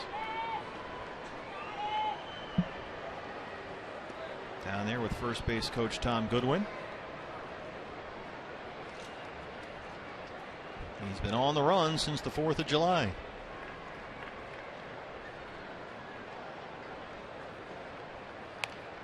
Lagares gets the bunt down, and Prado has no play, can't make the barehander. And the first 2 are aboard here in the 8th for the Mets.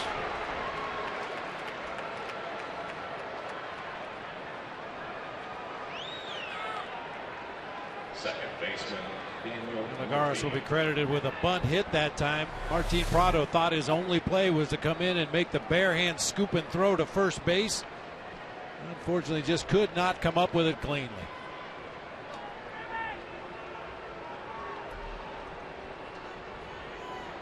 Just off the fingertips. And now with 2 on and no outs, they'll work to the dangerous part of the order here. Murphy, Bird, and Davis for the Mets. Daniel Murphy so far 0 for 3.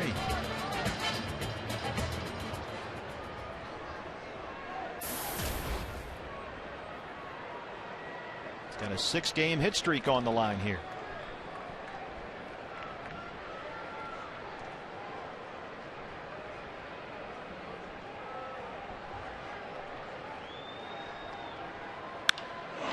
Center field, Adam Eaton backing up. That one is over his head. Can he get there? And he tracks it down in the gap. B.Y. Jr. tags and hits for third. Adam Eaton had to run a long way, but he tracked it down just underneath the terrace there in that corner in left center. Fortunately, that ball hit well, but hit to the biggest part of the ballpark. Eaton has just enough room to run it down on the warning track out there in front of the 413 mark. Eric Young Jr. Alertly went back and tagged up at second base, putting Mets on the corners. Yeah, he could have been standing at second base, and if Eaton doesn't make the catch, he still would have likely scored easily. First and third now, 1 out. Here's Marlon Byrd. He was hit by a pitch his last time up.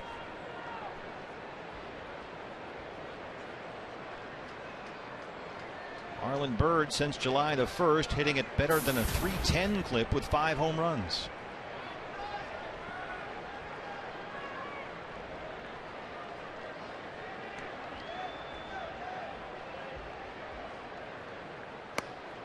There's a strike, 0-1.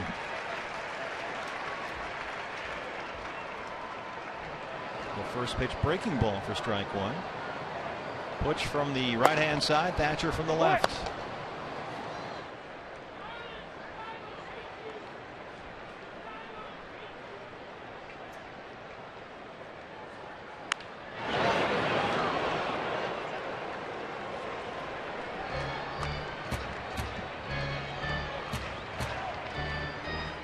Tough hop right there for Karen Lebovic down the left field line. That would have been a big league play. We're going to hold off on Karen's bobblehead just a little bit. Whoa! That was a tough one, BB. It's a tough game. Go get him, kid. 0-2.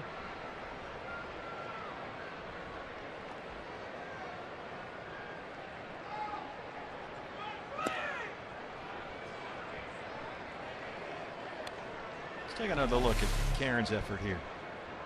I mean, that's a shot. Yeah, tough angle off the wall. Obviously didn't spend enough time in her youth in pool halls. You learn to play those angles if you're down at the old ball and cue. Harold Flieger down the right field line. Inside. No, he didn't, says Laz Diaz.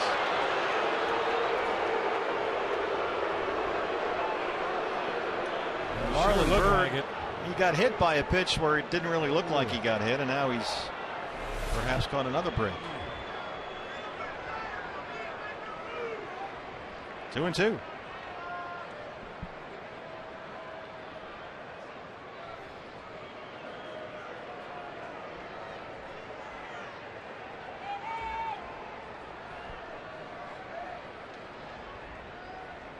David Hernandez trying to keep it a one-run game here.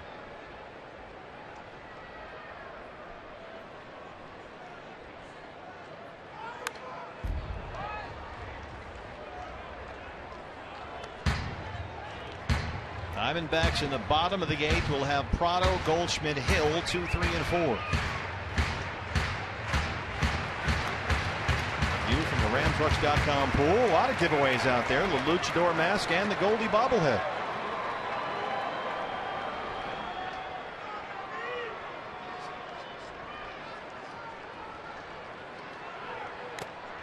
Lagares takes off. Bird swings through. There's the strikeout.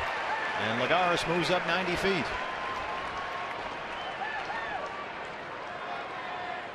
First baseman Ike Davis. So now for Ike Davis, it's second and third, 2 outs. We saw Joe Thatcher warming in the Diamondbacks bullpen just a few moments ago as Lagares picks up his 5th stolen base of the season. You do have a base open over there. Mike Davis been swinging the bat well tonight. Walked in the 2nd, doubled in the 4th, singled in the 6th, and they're just going to take the bat right out of his hands. And on deck, you've got a 22-year-old rookie, Wilmer Flores, in his first week in the big leagues. And they will work to Flores with the bases full.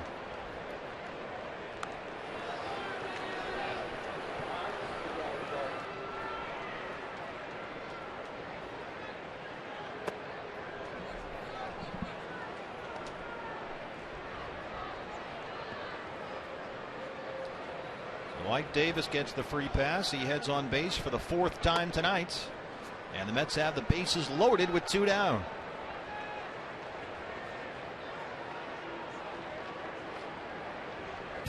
And now they'll discuss how to retire Wilmer Flores here. Flores is 1 for 3 on RBI single in the 4th. Charles Nagy.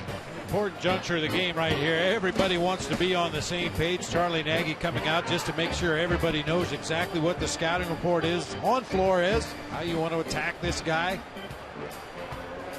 And everything coming out of Charlie Nagy's mouth is a positive. You never want to go to the mound and say, don't throw him this, don't throw him that. You want to make everything you say positive. You can get him upstairs with a fastball. He'll chase a breaking ball in the dirt. You try to keep all your conversations as positive to plant that positive seed in that pitcher's mind. E.Y. Jr. at third, Juan Lagares at second, and Ike Davis at first. Bases full, 2 outs for Flores, who's 1 for 3.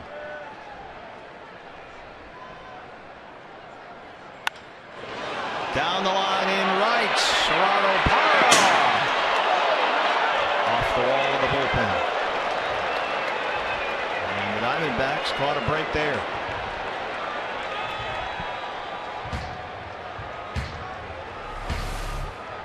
Unfortunately, that ball off the bat of a right-handed hitter slicing all the way down into that corner.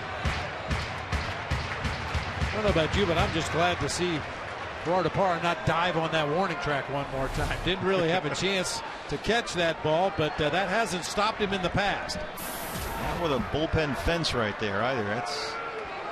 That'd be a lose-lose. So Hernandez jumps ahead 0-1.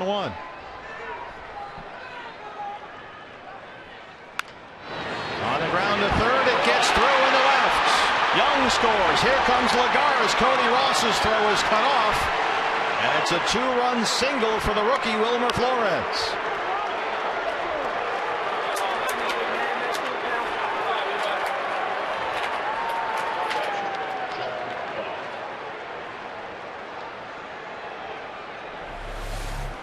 The struggles continue for David Hernandez. Good fastball, inner third of the plate down. He just pounds it into the ground. Unfortunately, finds that hole on the left side of the infield with 2 outs. The runners are in motion on contact. And Flores has his second and third RBIs of the ball game. It's now a 4-1 lead for John Buck.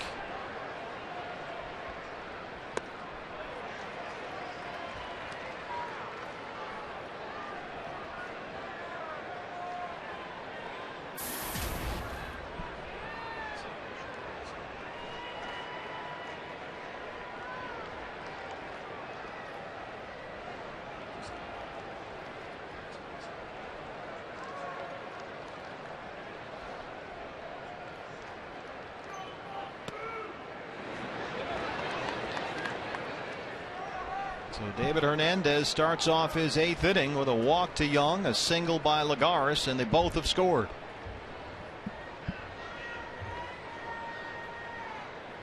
Now 8 hits for the Mets, 7 for the Diamondbacks.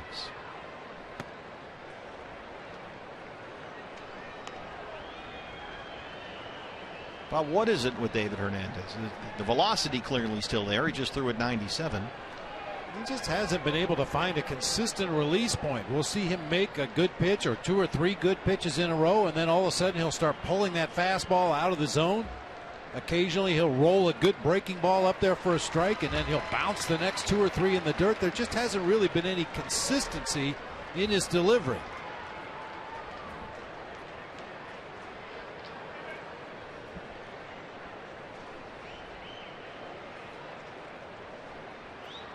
Two and 2 to John Buck.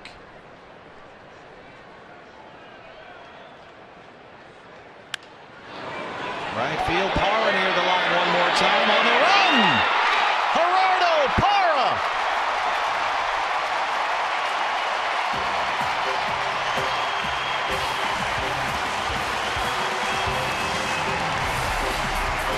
That ends the 8th, but the Mets get 2. Gerardo Parra, the Gold Glove on display. It's a 4-1 ball game.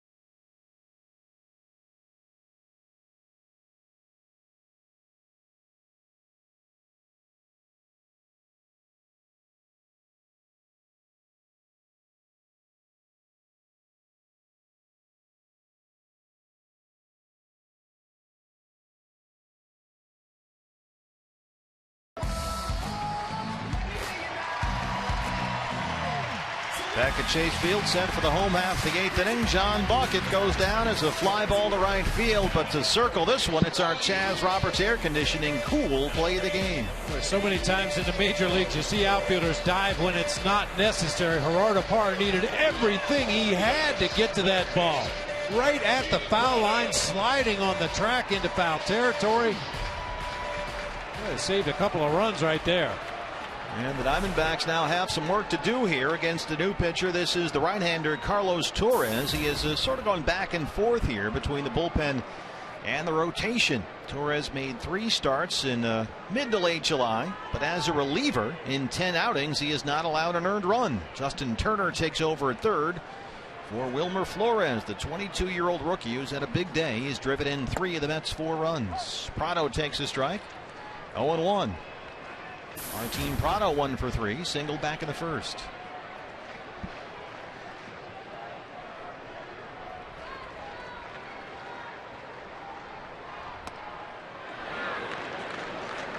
Yes, he went, says Laz Diaz.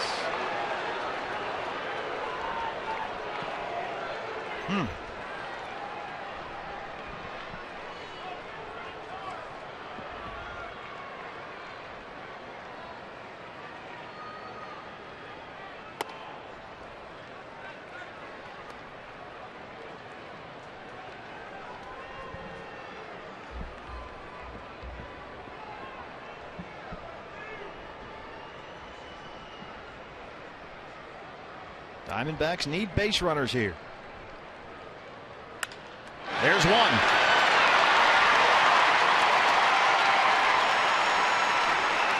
He is locked in.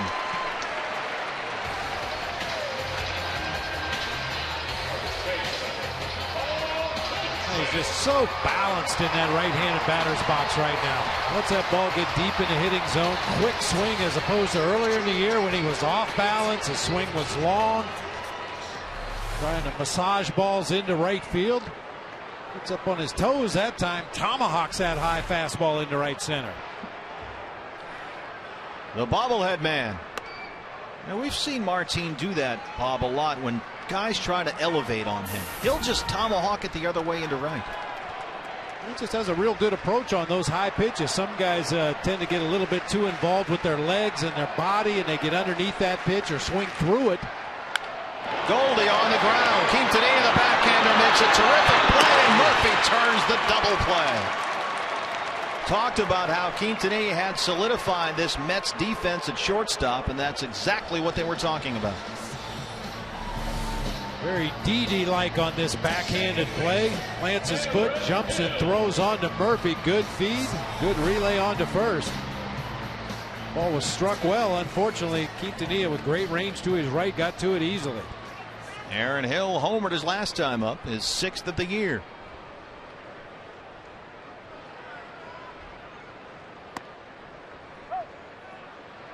By the way, that game in Cincinnati is now a final. The Padres beat the Reds 3-1. D-backs right behind Cincinnati for that second NL wild card.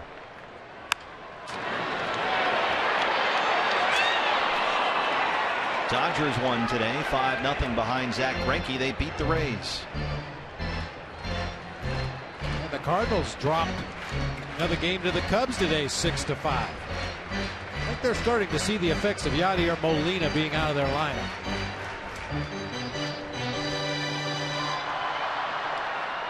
Hey fans, the Fox Sports girls and the Fox Sports robot Cletus headed across the country from the West Coast all the way to Boston for the launch of Fox Sports 1, America's new sports network, which premieres a week from today. Aaron Hill whoops one in a shallow right.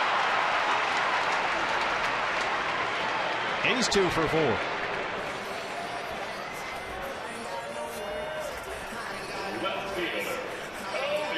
By the way, we invite you to check out foxsports.com/road to launch for more photos and videos to follow the journey of Cletus and the girls across the country as the new network debuts a week from today. Cody Ross 0 for 3.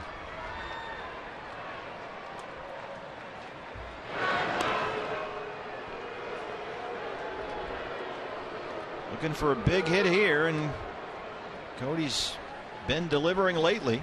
sitting over 360 since the All-Star break.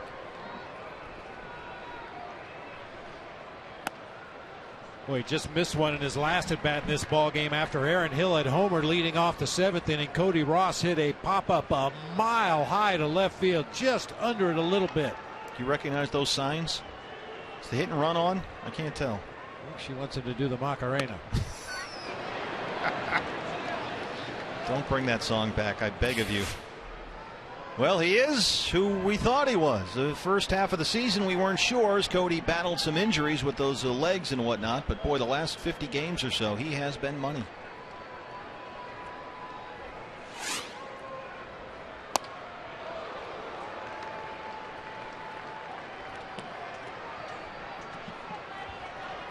More signs in here. That's the take sign. That's the I'm getting sleepy sign. I think that meant she wants him to bang one out of here. Right there to the gap in left center. Aaron Hill heads for third. And with 2 outs in the 8th, the Diamondbacks will bring the tying run to the plate.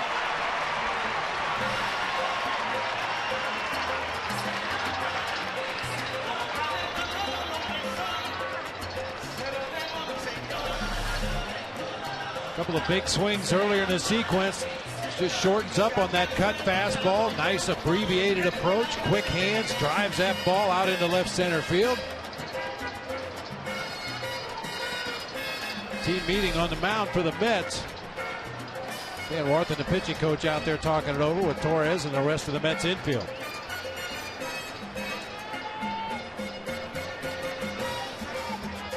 And it's Will Nieves now, who's 1 for 3. Singled his last time up. Cody Ross is on first. Aaron Hill's on third. 2 down, and here's Nieves.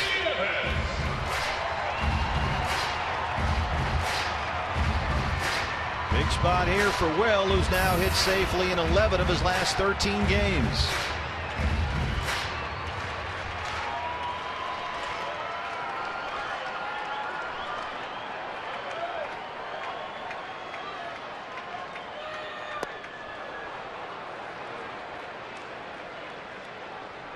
Something about Will today. He's really been a free swinger here. He's been chasing a lot of pitches, a lot of hard home run type swings.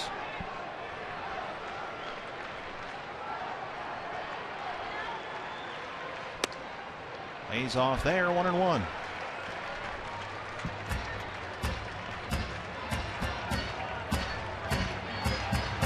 Some left-hand bats on Kirk Gibson's bench. You've got Jason Kubel down there, Eric Chavez, Didi Gregorius.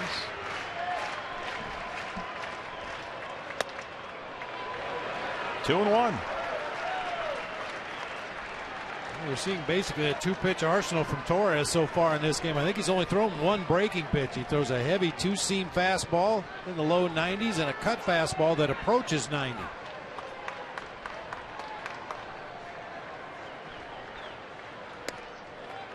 Three and one.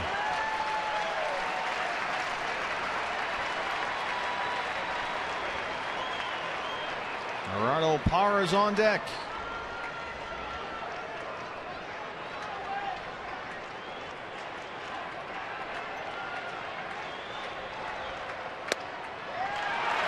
Bases loaded. So Mike Winters had to go down twice for the appeal to Laz Diaz, but the first base umpire says he did not go. So the bases are full of Diamondbacks, and here comes Terry Collins.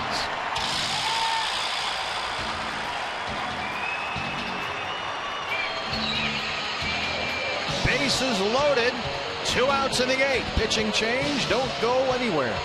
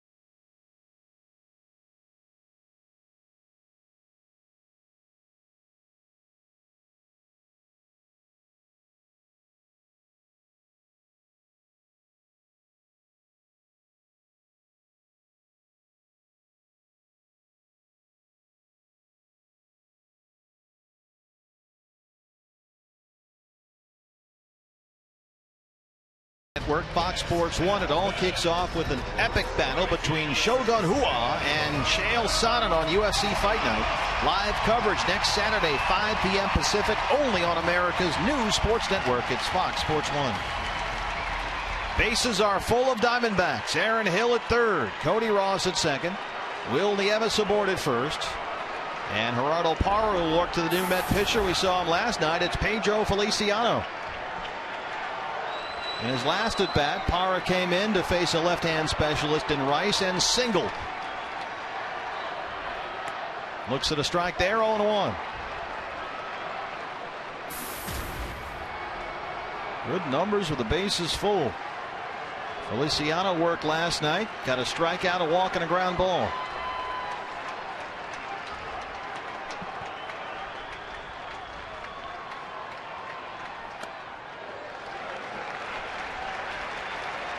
Feliciano, 3-pitch mix, fastball, slider, changeup, mostly fastball, slider to the lefties. He'll mix in the changeup to the right-handed hitters. And he will throw a lot of sliders. Tying runs aboard for the Diamondbacks with 2 outs in the 8th.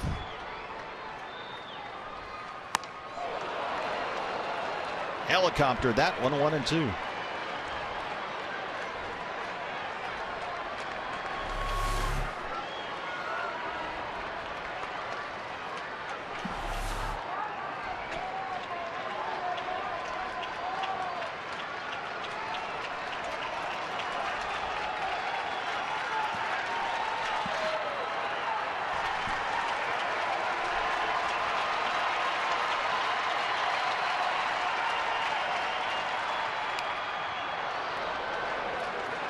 Just able to get a piece of that slow breaking ball at 72 miles per hour. Just cued it right off the end of the bat into foul territory.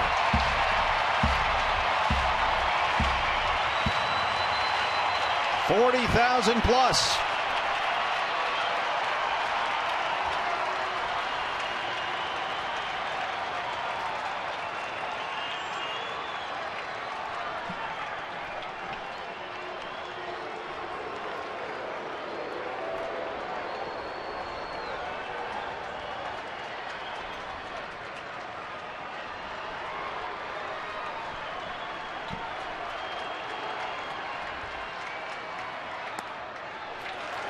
Two and two.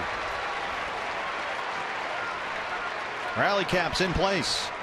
We'd love to get to that full count with 2 outs, get the runners in motion. Feliciano will be forced to throw a strike. Eyeball this one real good, Gerardo.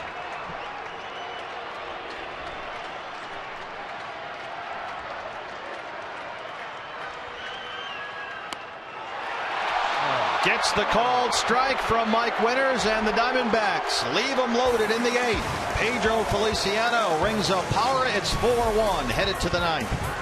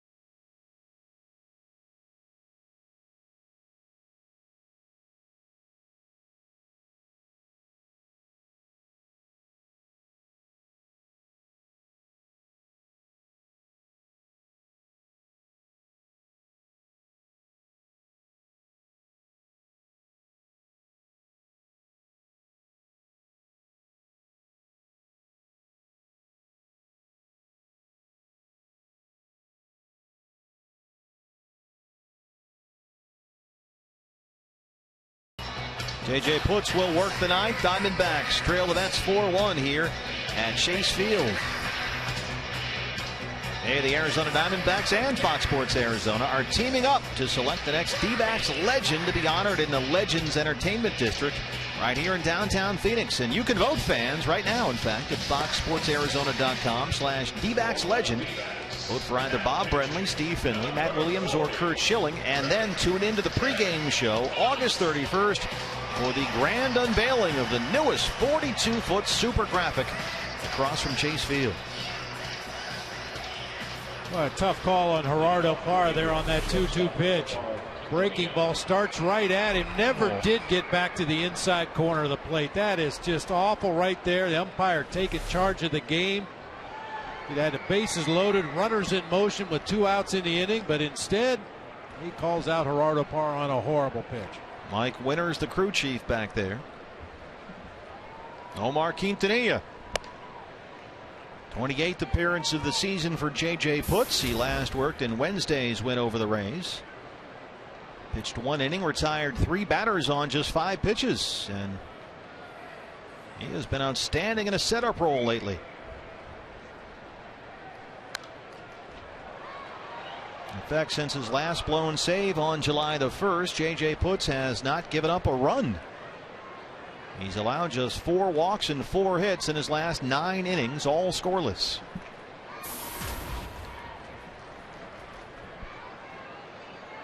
Quintanilla, Turner, Young here, 8-9-1 for the Mets.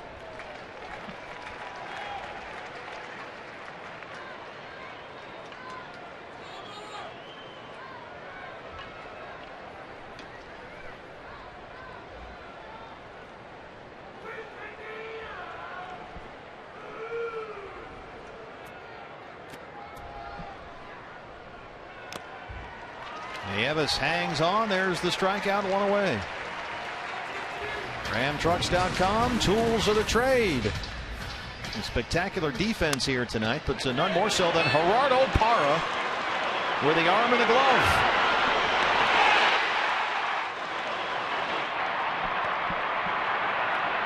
Wilmer Flores got a little hung up halfway between second and third, got himself thrown out. We showed you earlier the spectacular catch Parra made down the right field line. Those are our Ram Trucks tools of the trade.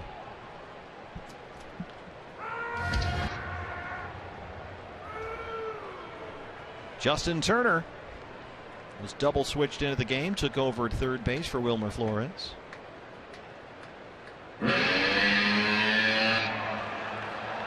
Well, the boys in the audio room. Yeah, that's on you. It happens. You just worry about J.J. Putz out there on the mound. Take a listen.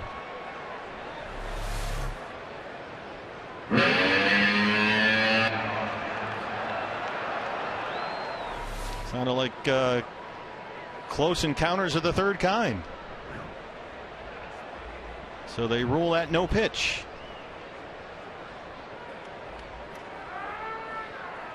Apparently Motley Crue having a jam session up there, and the volume was just turned up a little too loud.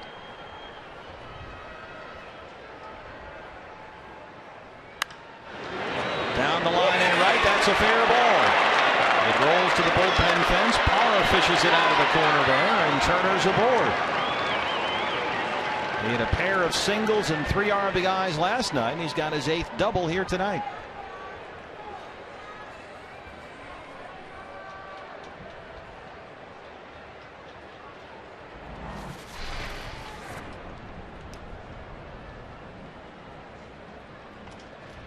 You ever seen anything like that? Not quite like that. Or heard anything like that? Well, we had a bull in the back of the booth here for a second. I wasn't quite sure what that was, but you could see JJ's reaction out there, and that's why umpires are not supposed to grant late timeouts to the hitter. Now, obviously, that wasn't the situation in that particular instance, but you could see JJ's reaction. He was ready to deliver that ball to home plate when that noise went off. He didn't know whether to let it go or hang on, and kind of got caught in between. Paul Goldschmidt. 2 down. Let's go to Los Angeles for a Fox Sports 1 game break.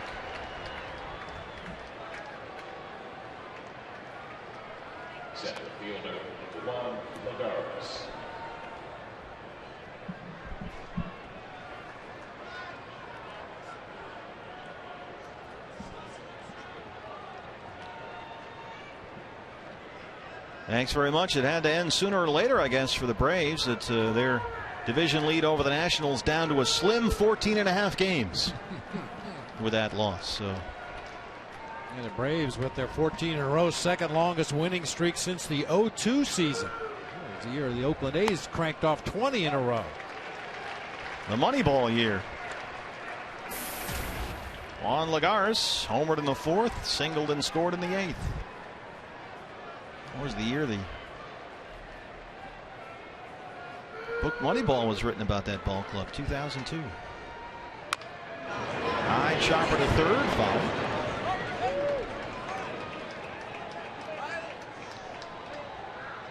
Boy, Paul Goldschmidt on his bobblehead night here. You have gold versions of the Goldie bobblehead. This is a Gold Glove play. That's one thing, Bob, that people, I think, in the national media don't see. They see the numbers, the home runs, the RBIs, the walk-off homers. What oftentimes gets overlooked, this guy is an elite defensive first baseman. How many runs has he saved with his glove down there at first base this year? JJ gets his second strikeout of the inning. They strand Turner at third. Bottom 9th here at Chase Field. Diamondbacks need at least 3.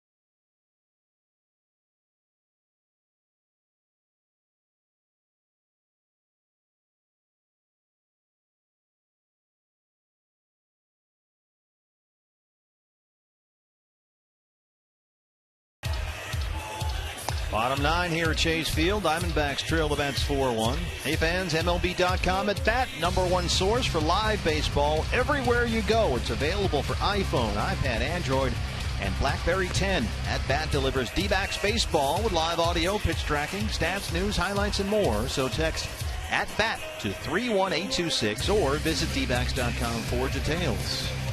New pitcher for the Mets. This bullpen has had some injury issues, so at the back end these days it's the veteran LaTroy Hawkins. He's been in and out of that closer's role with just about every team he's ever been on at one point or another. Has a hold or a save in 9 of his last 12 outings. He's another one of these guys with the backward splits. Lefties hitting .240, righties hitting .306 against LaTroy Hawkins. He is only the 3rd pitcher aged 40 or older to record a save in Mets history. John Franco and Roberto Hernandez are the others here in his 19th big league season. Cliff Pennington will lead off the bottom of the 9th for the Diamondbacks. Pitcher spot is due up next. Jason Kubel is in the on-deck circle. Cliff Pennington 1 for 3, singled in the 5th.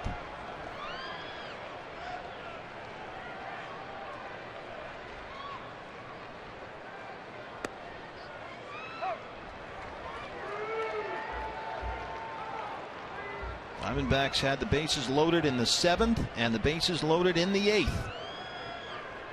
They've out-hit the Mets 10-9, but they trail it 4-1.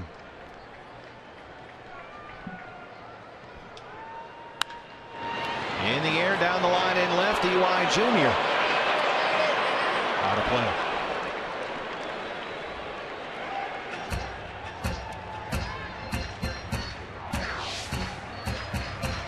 Well, the Giants guys call it torture.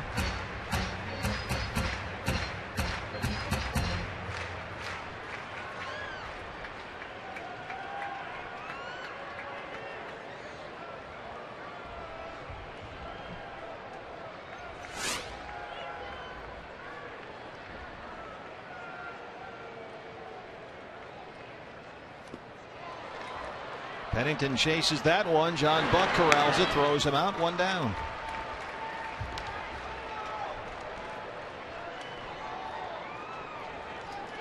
And Jason Kubel will hit for the pitcher.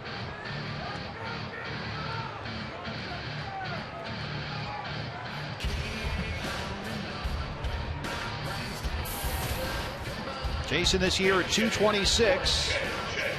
He's got 4 hits in 10 games since the All-Star break. And with this new semi-regular lineup we've seen this week from Kirk Gibson, Jason Kubel has been struggling to get some at-bats here.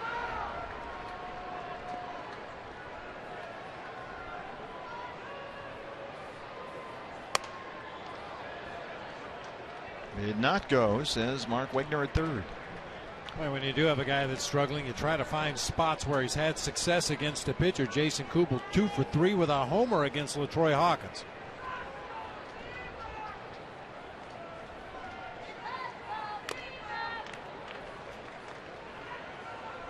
Jason still trying to find it. He's homered just twice since May the 1st. He has 9 extra base hits in his last 64 games.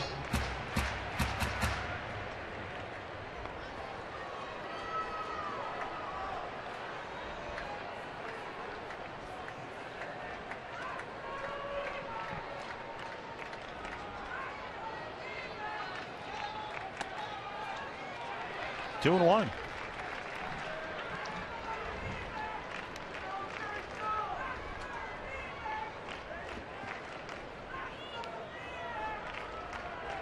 Dodgers have won, Reds have lost.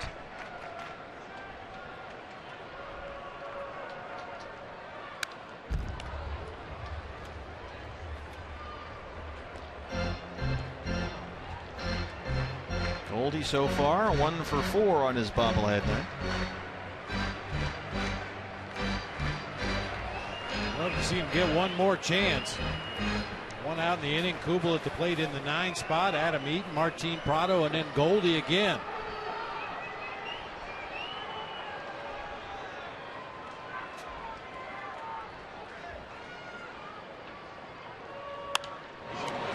Popped him up. Left field, E.Y. Jr. with that closing speed, and he can't quite get there and foul ground. Kubel still alive at 2-2. LaTroy Hawkins, like a lot of relief pitchers we've seen around baseball, using the quick pitch.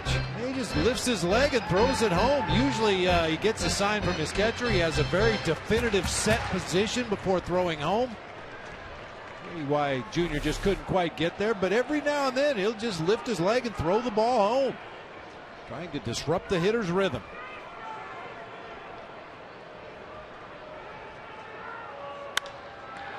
Again lifted in the air to left. Did it again there, Bob. Yep.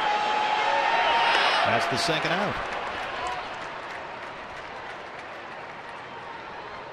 It's almost as if the hitter was a base runner on first. Anything to disrupt the rhythm. So it's up to Adam Eaton to keep this thing going.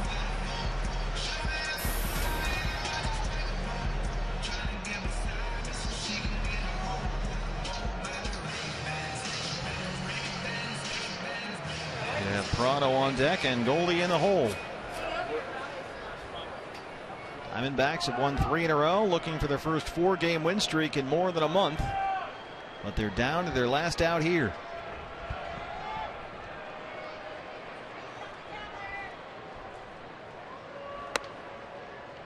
Oh, 1.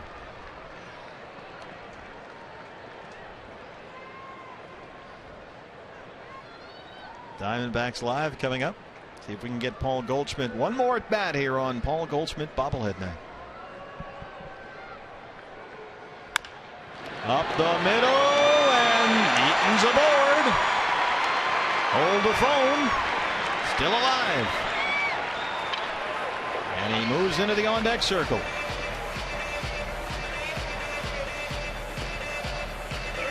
Martin Prado 2 for 4.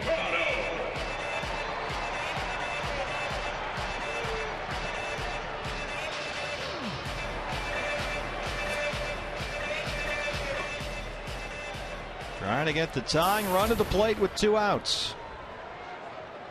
And with the runner on base, that'll take the quick pitch away from LaTroy Hawkins. He will be forced now to come to a complete, discernible stop out there on the mound. Mike Davis will not hold Eaton at first. He'll play behind the runner.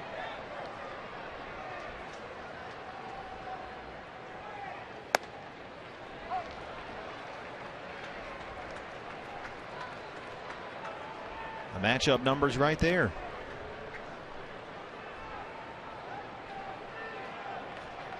Tying run on deck. Rally masks in place. There goes Eaton. 1-1. Defensive indifference. Eaton moves up to second.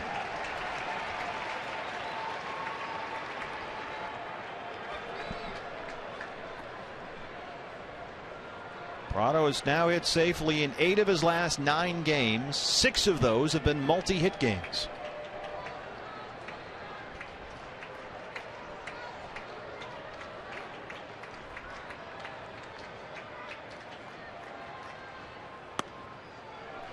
One and two.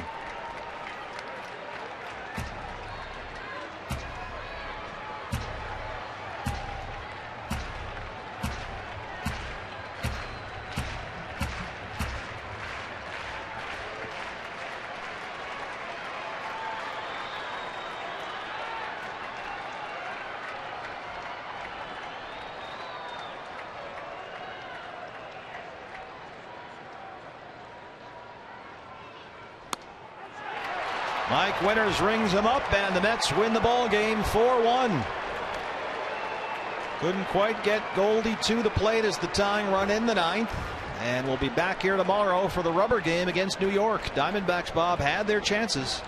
Yeah, they had plenty of chances, especially late in the ball game after they got Zach Wheeler out of the game, but just couldn't seem to come up with that one big knock, and one horrific strike 3 call on Gerardo Parra really cost him in that 8th inning. So they out-hit the Mets 11-9, but they lose it 4-1 here, and we'll be back with you tomorrow on Fox Sports Arizona for the rubber game of this 3-game set, the Mets and the Diamondbacks. Right now, we throw it out to the post-game show with Todd and Joe. Guys. Steve, thank you very much.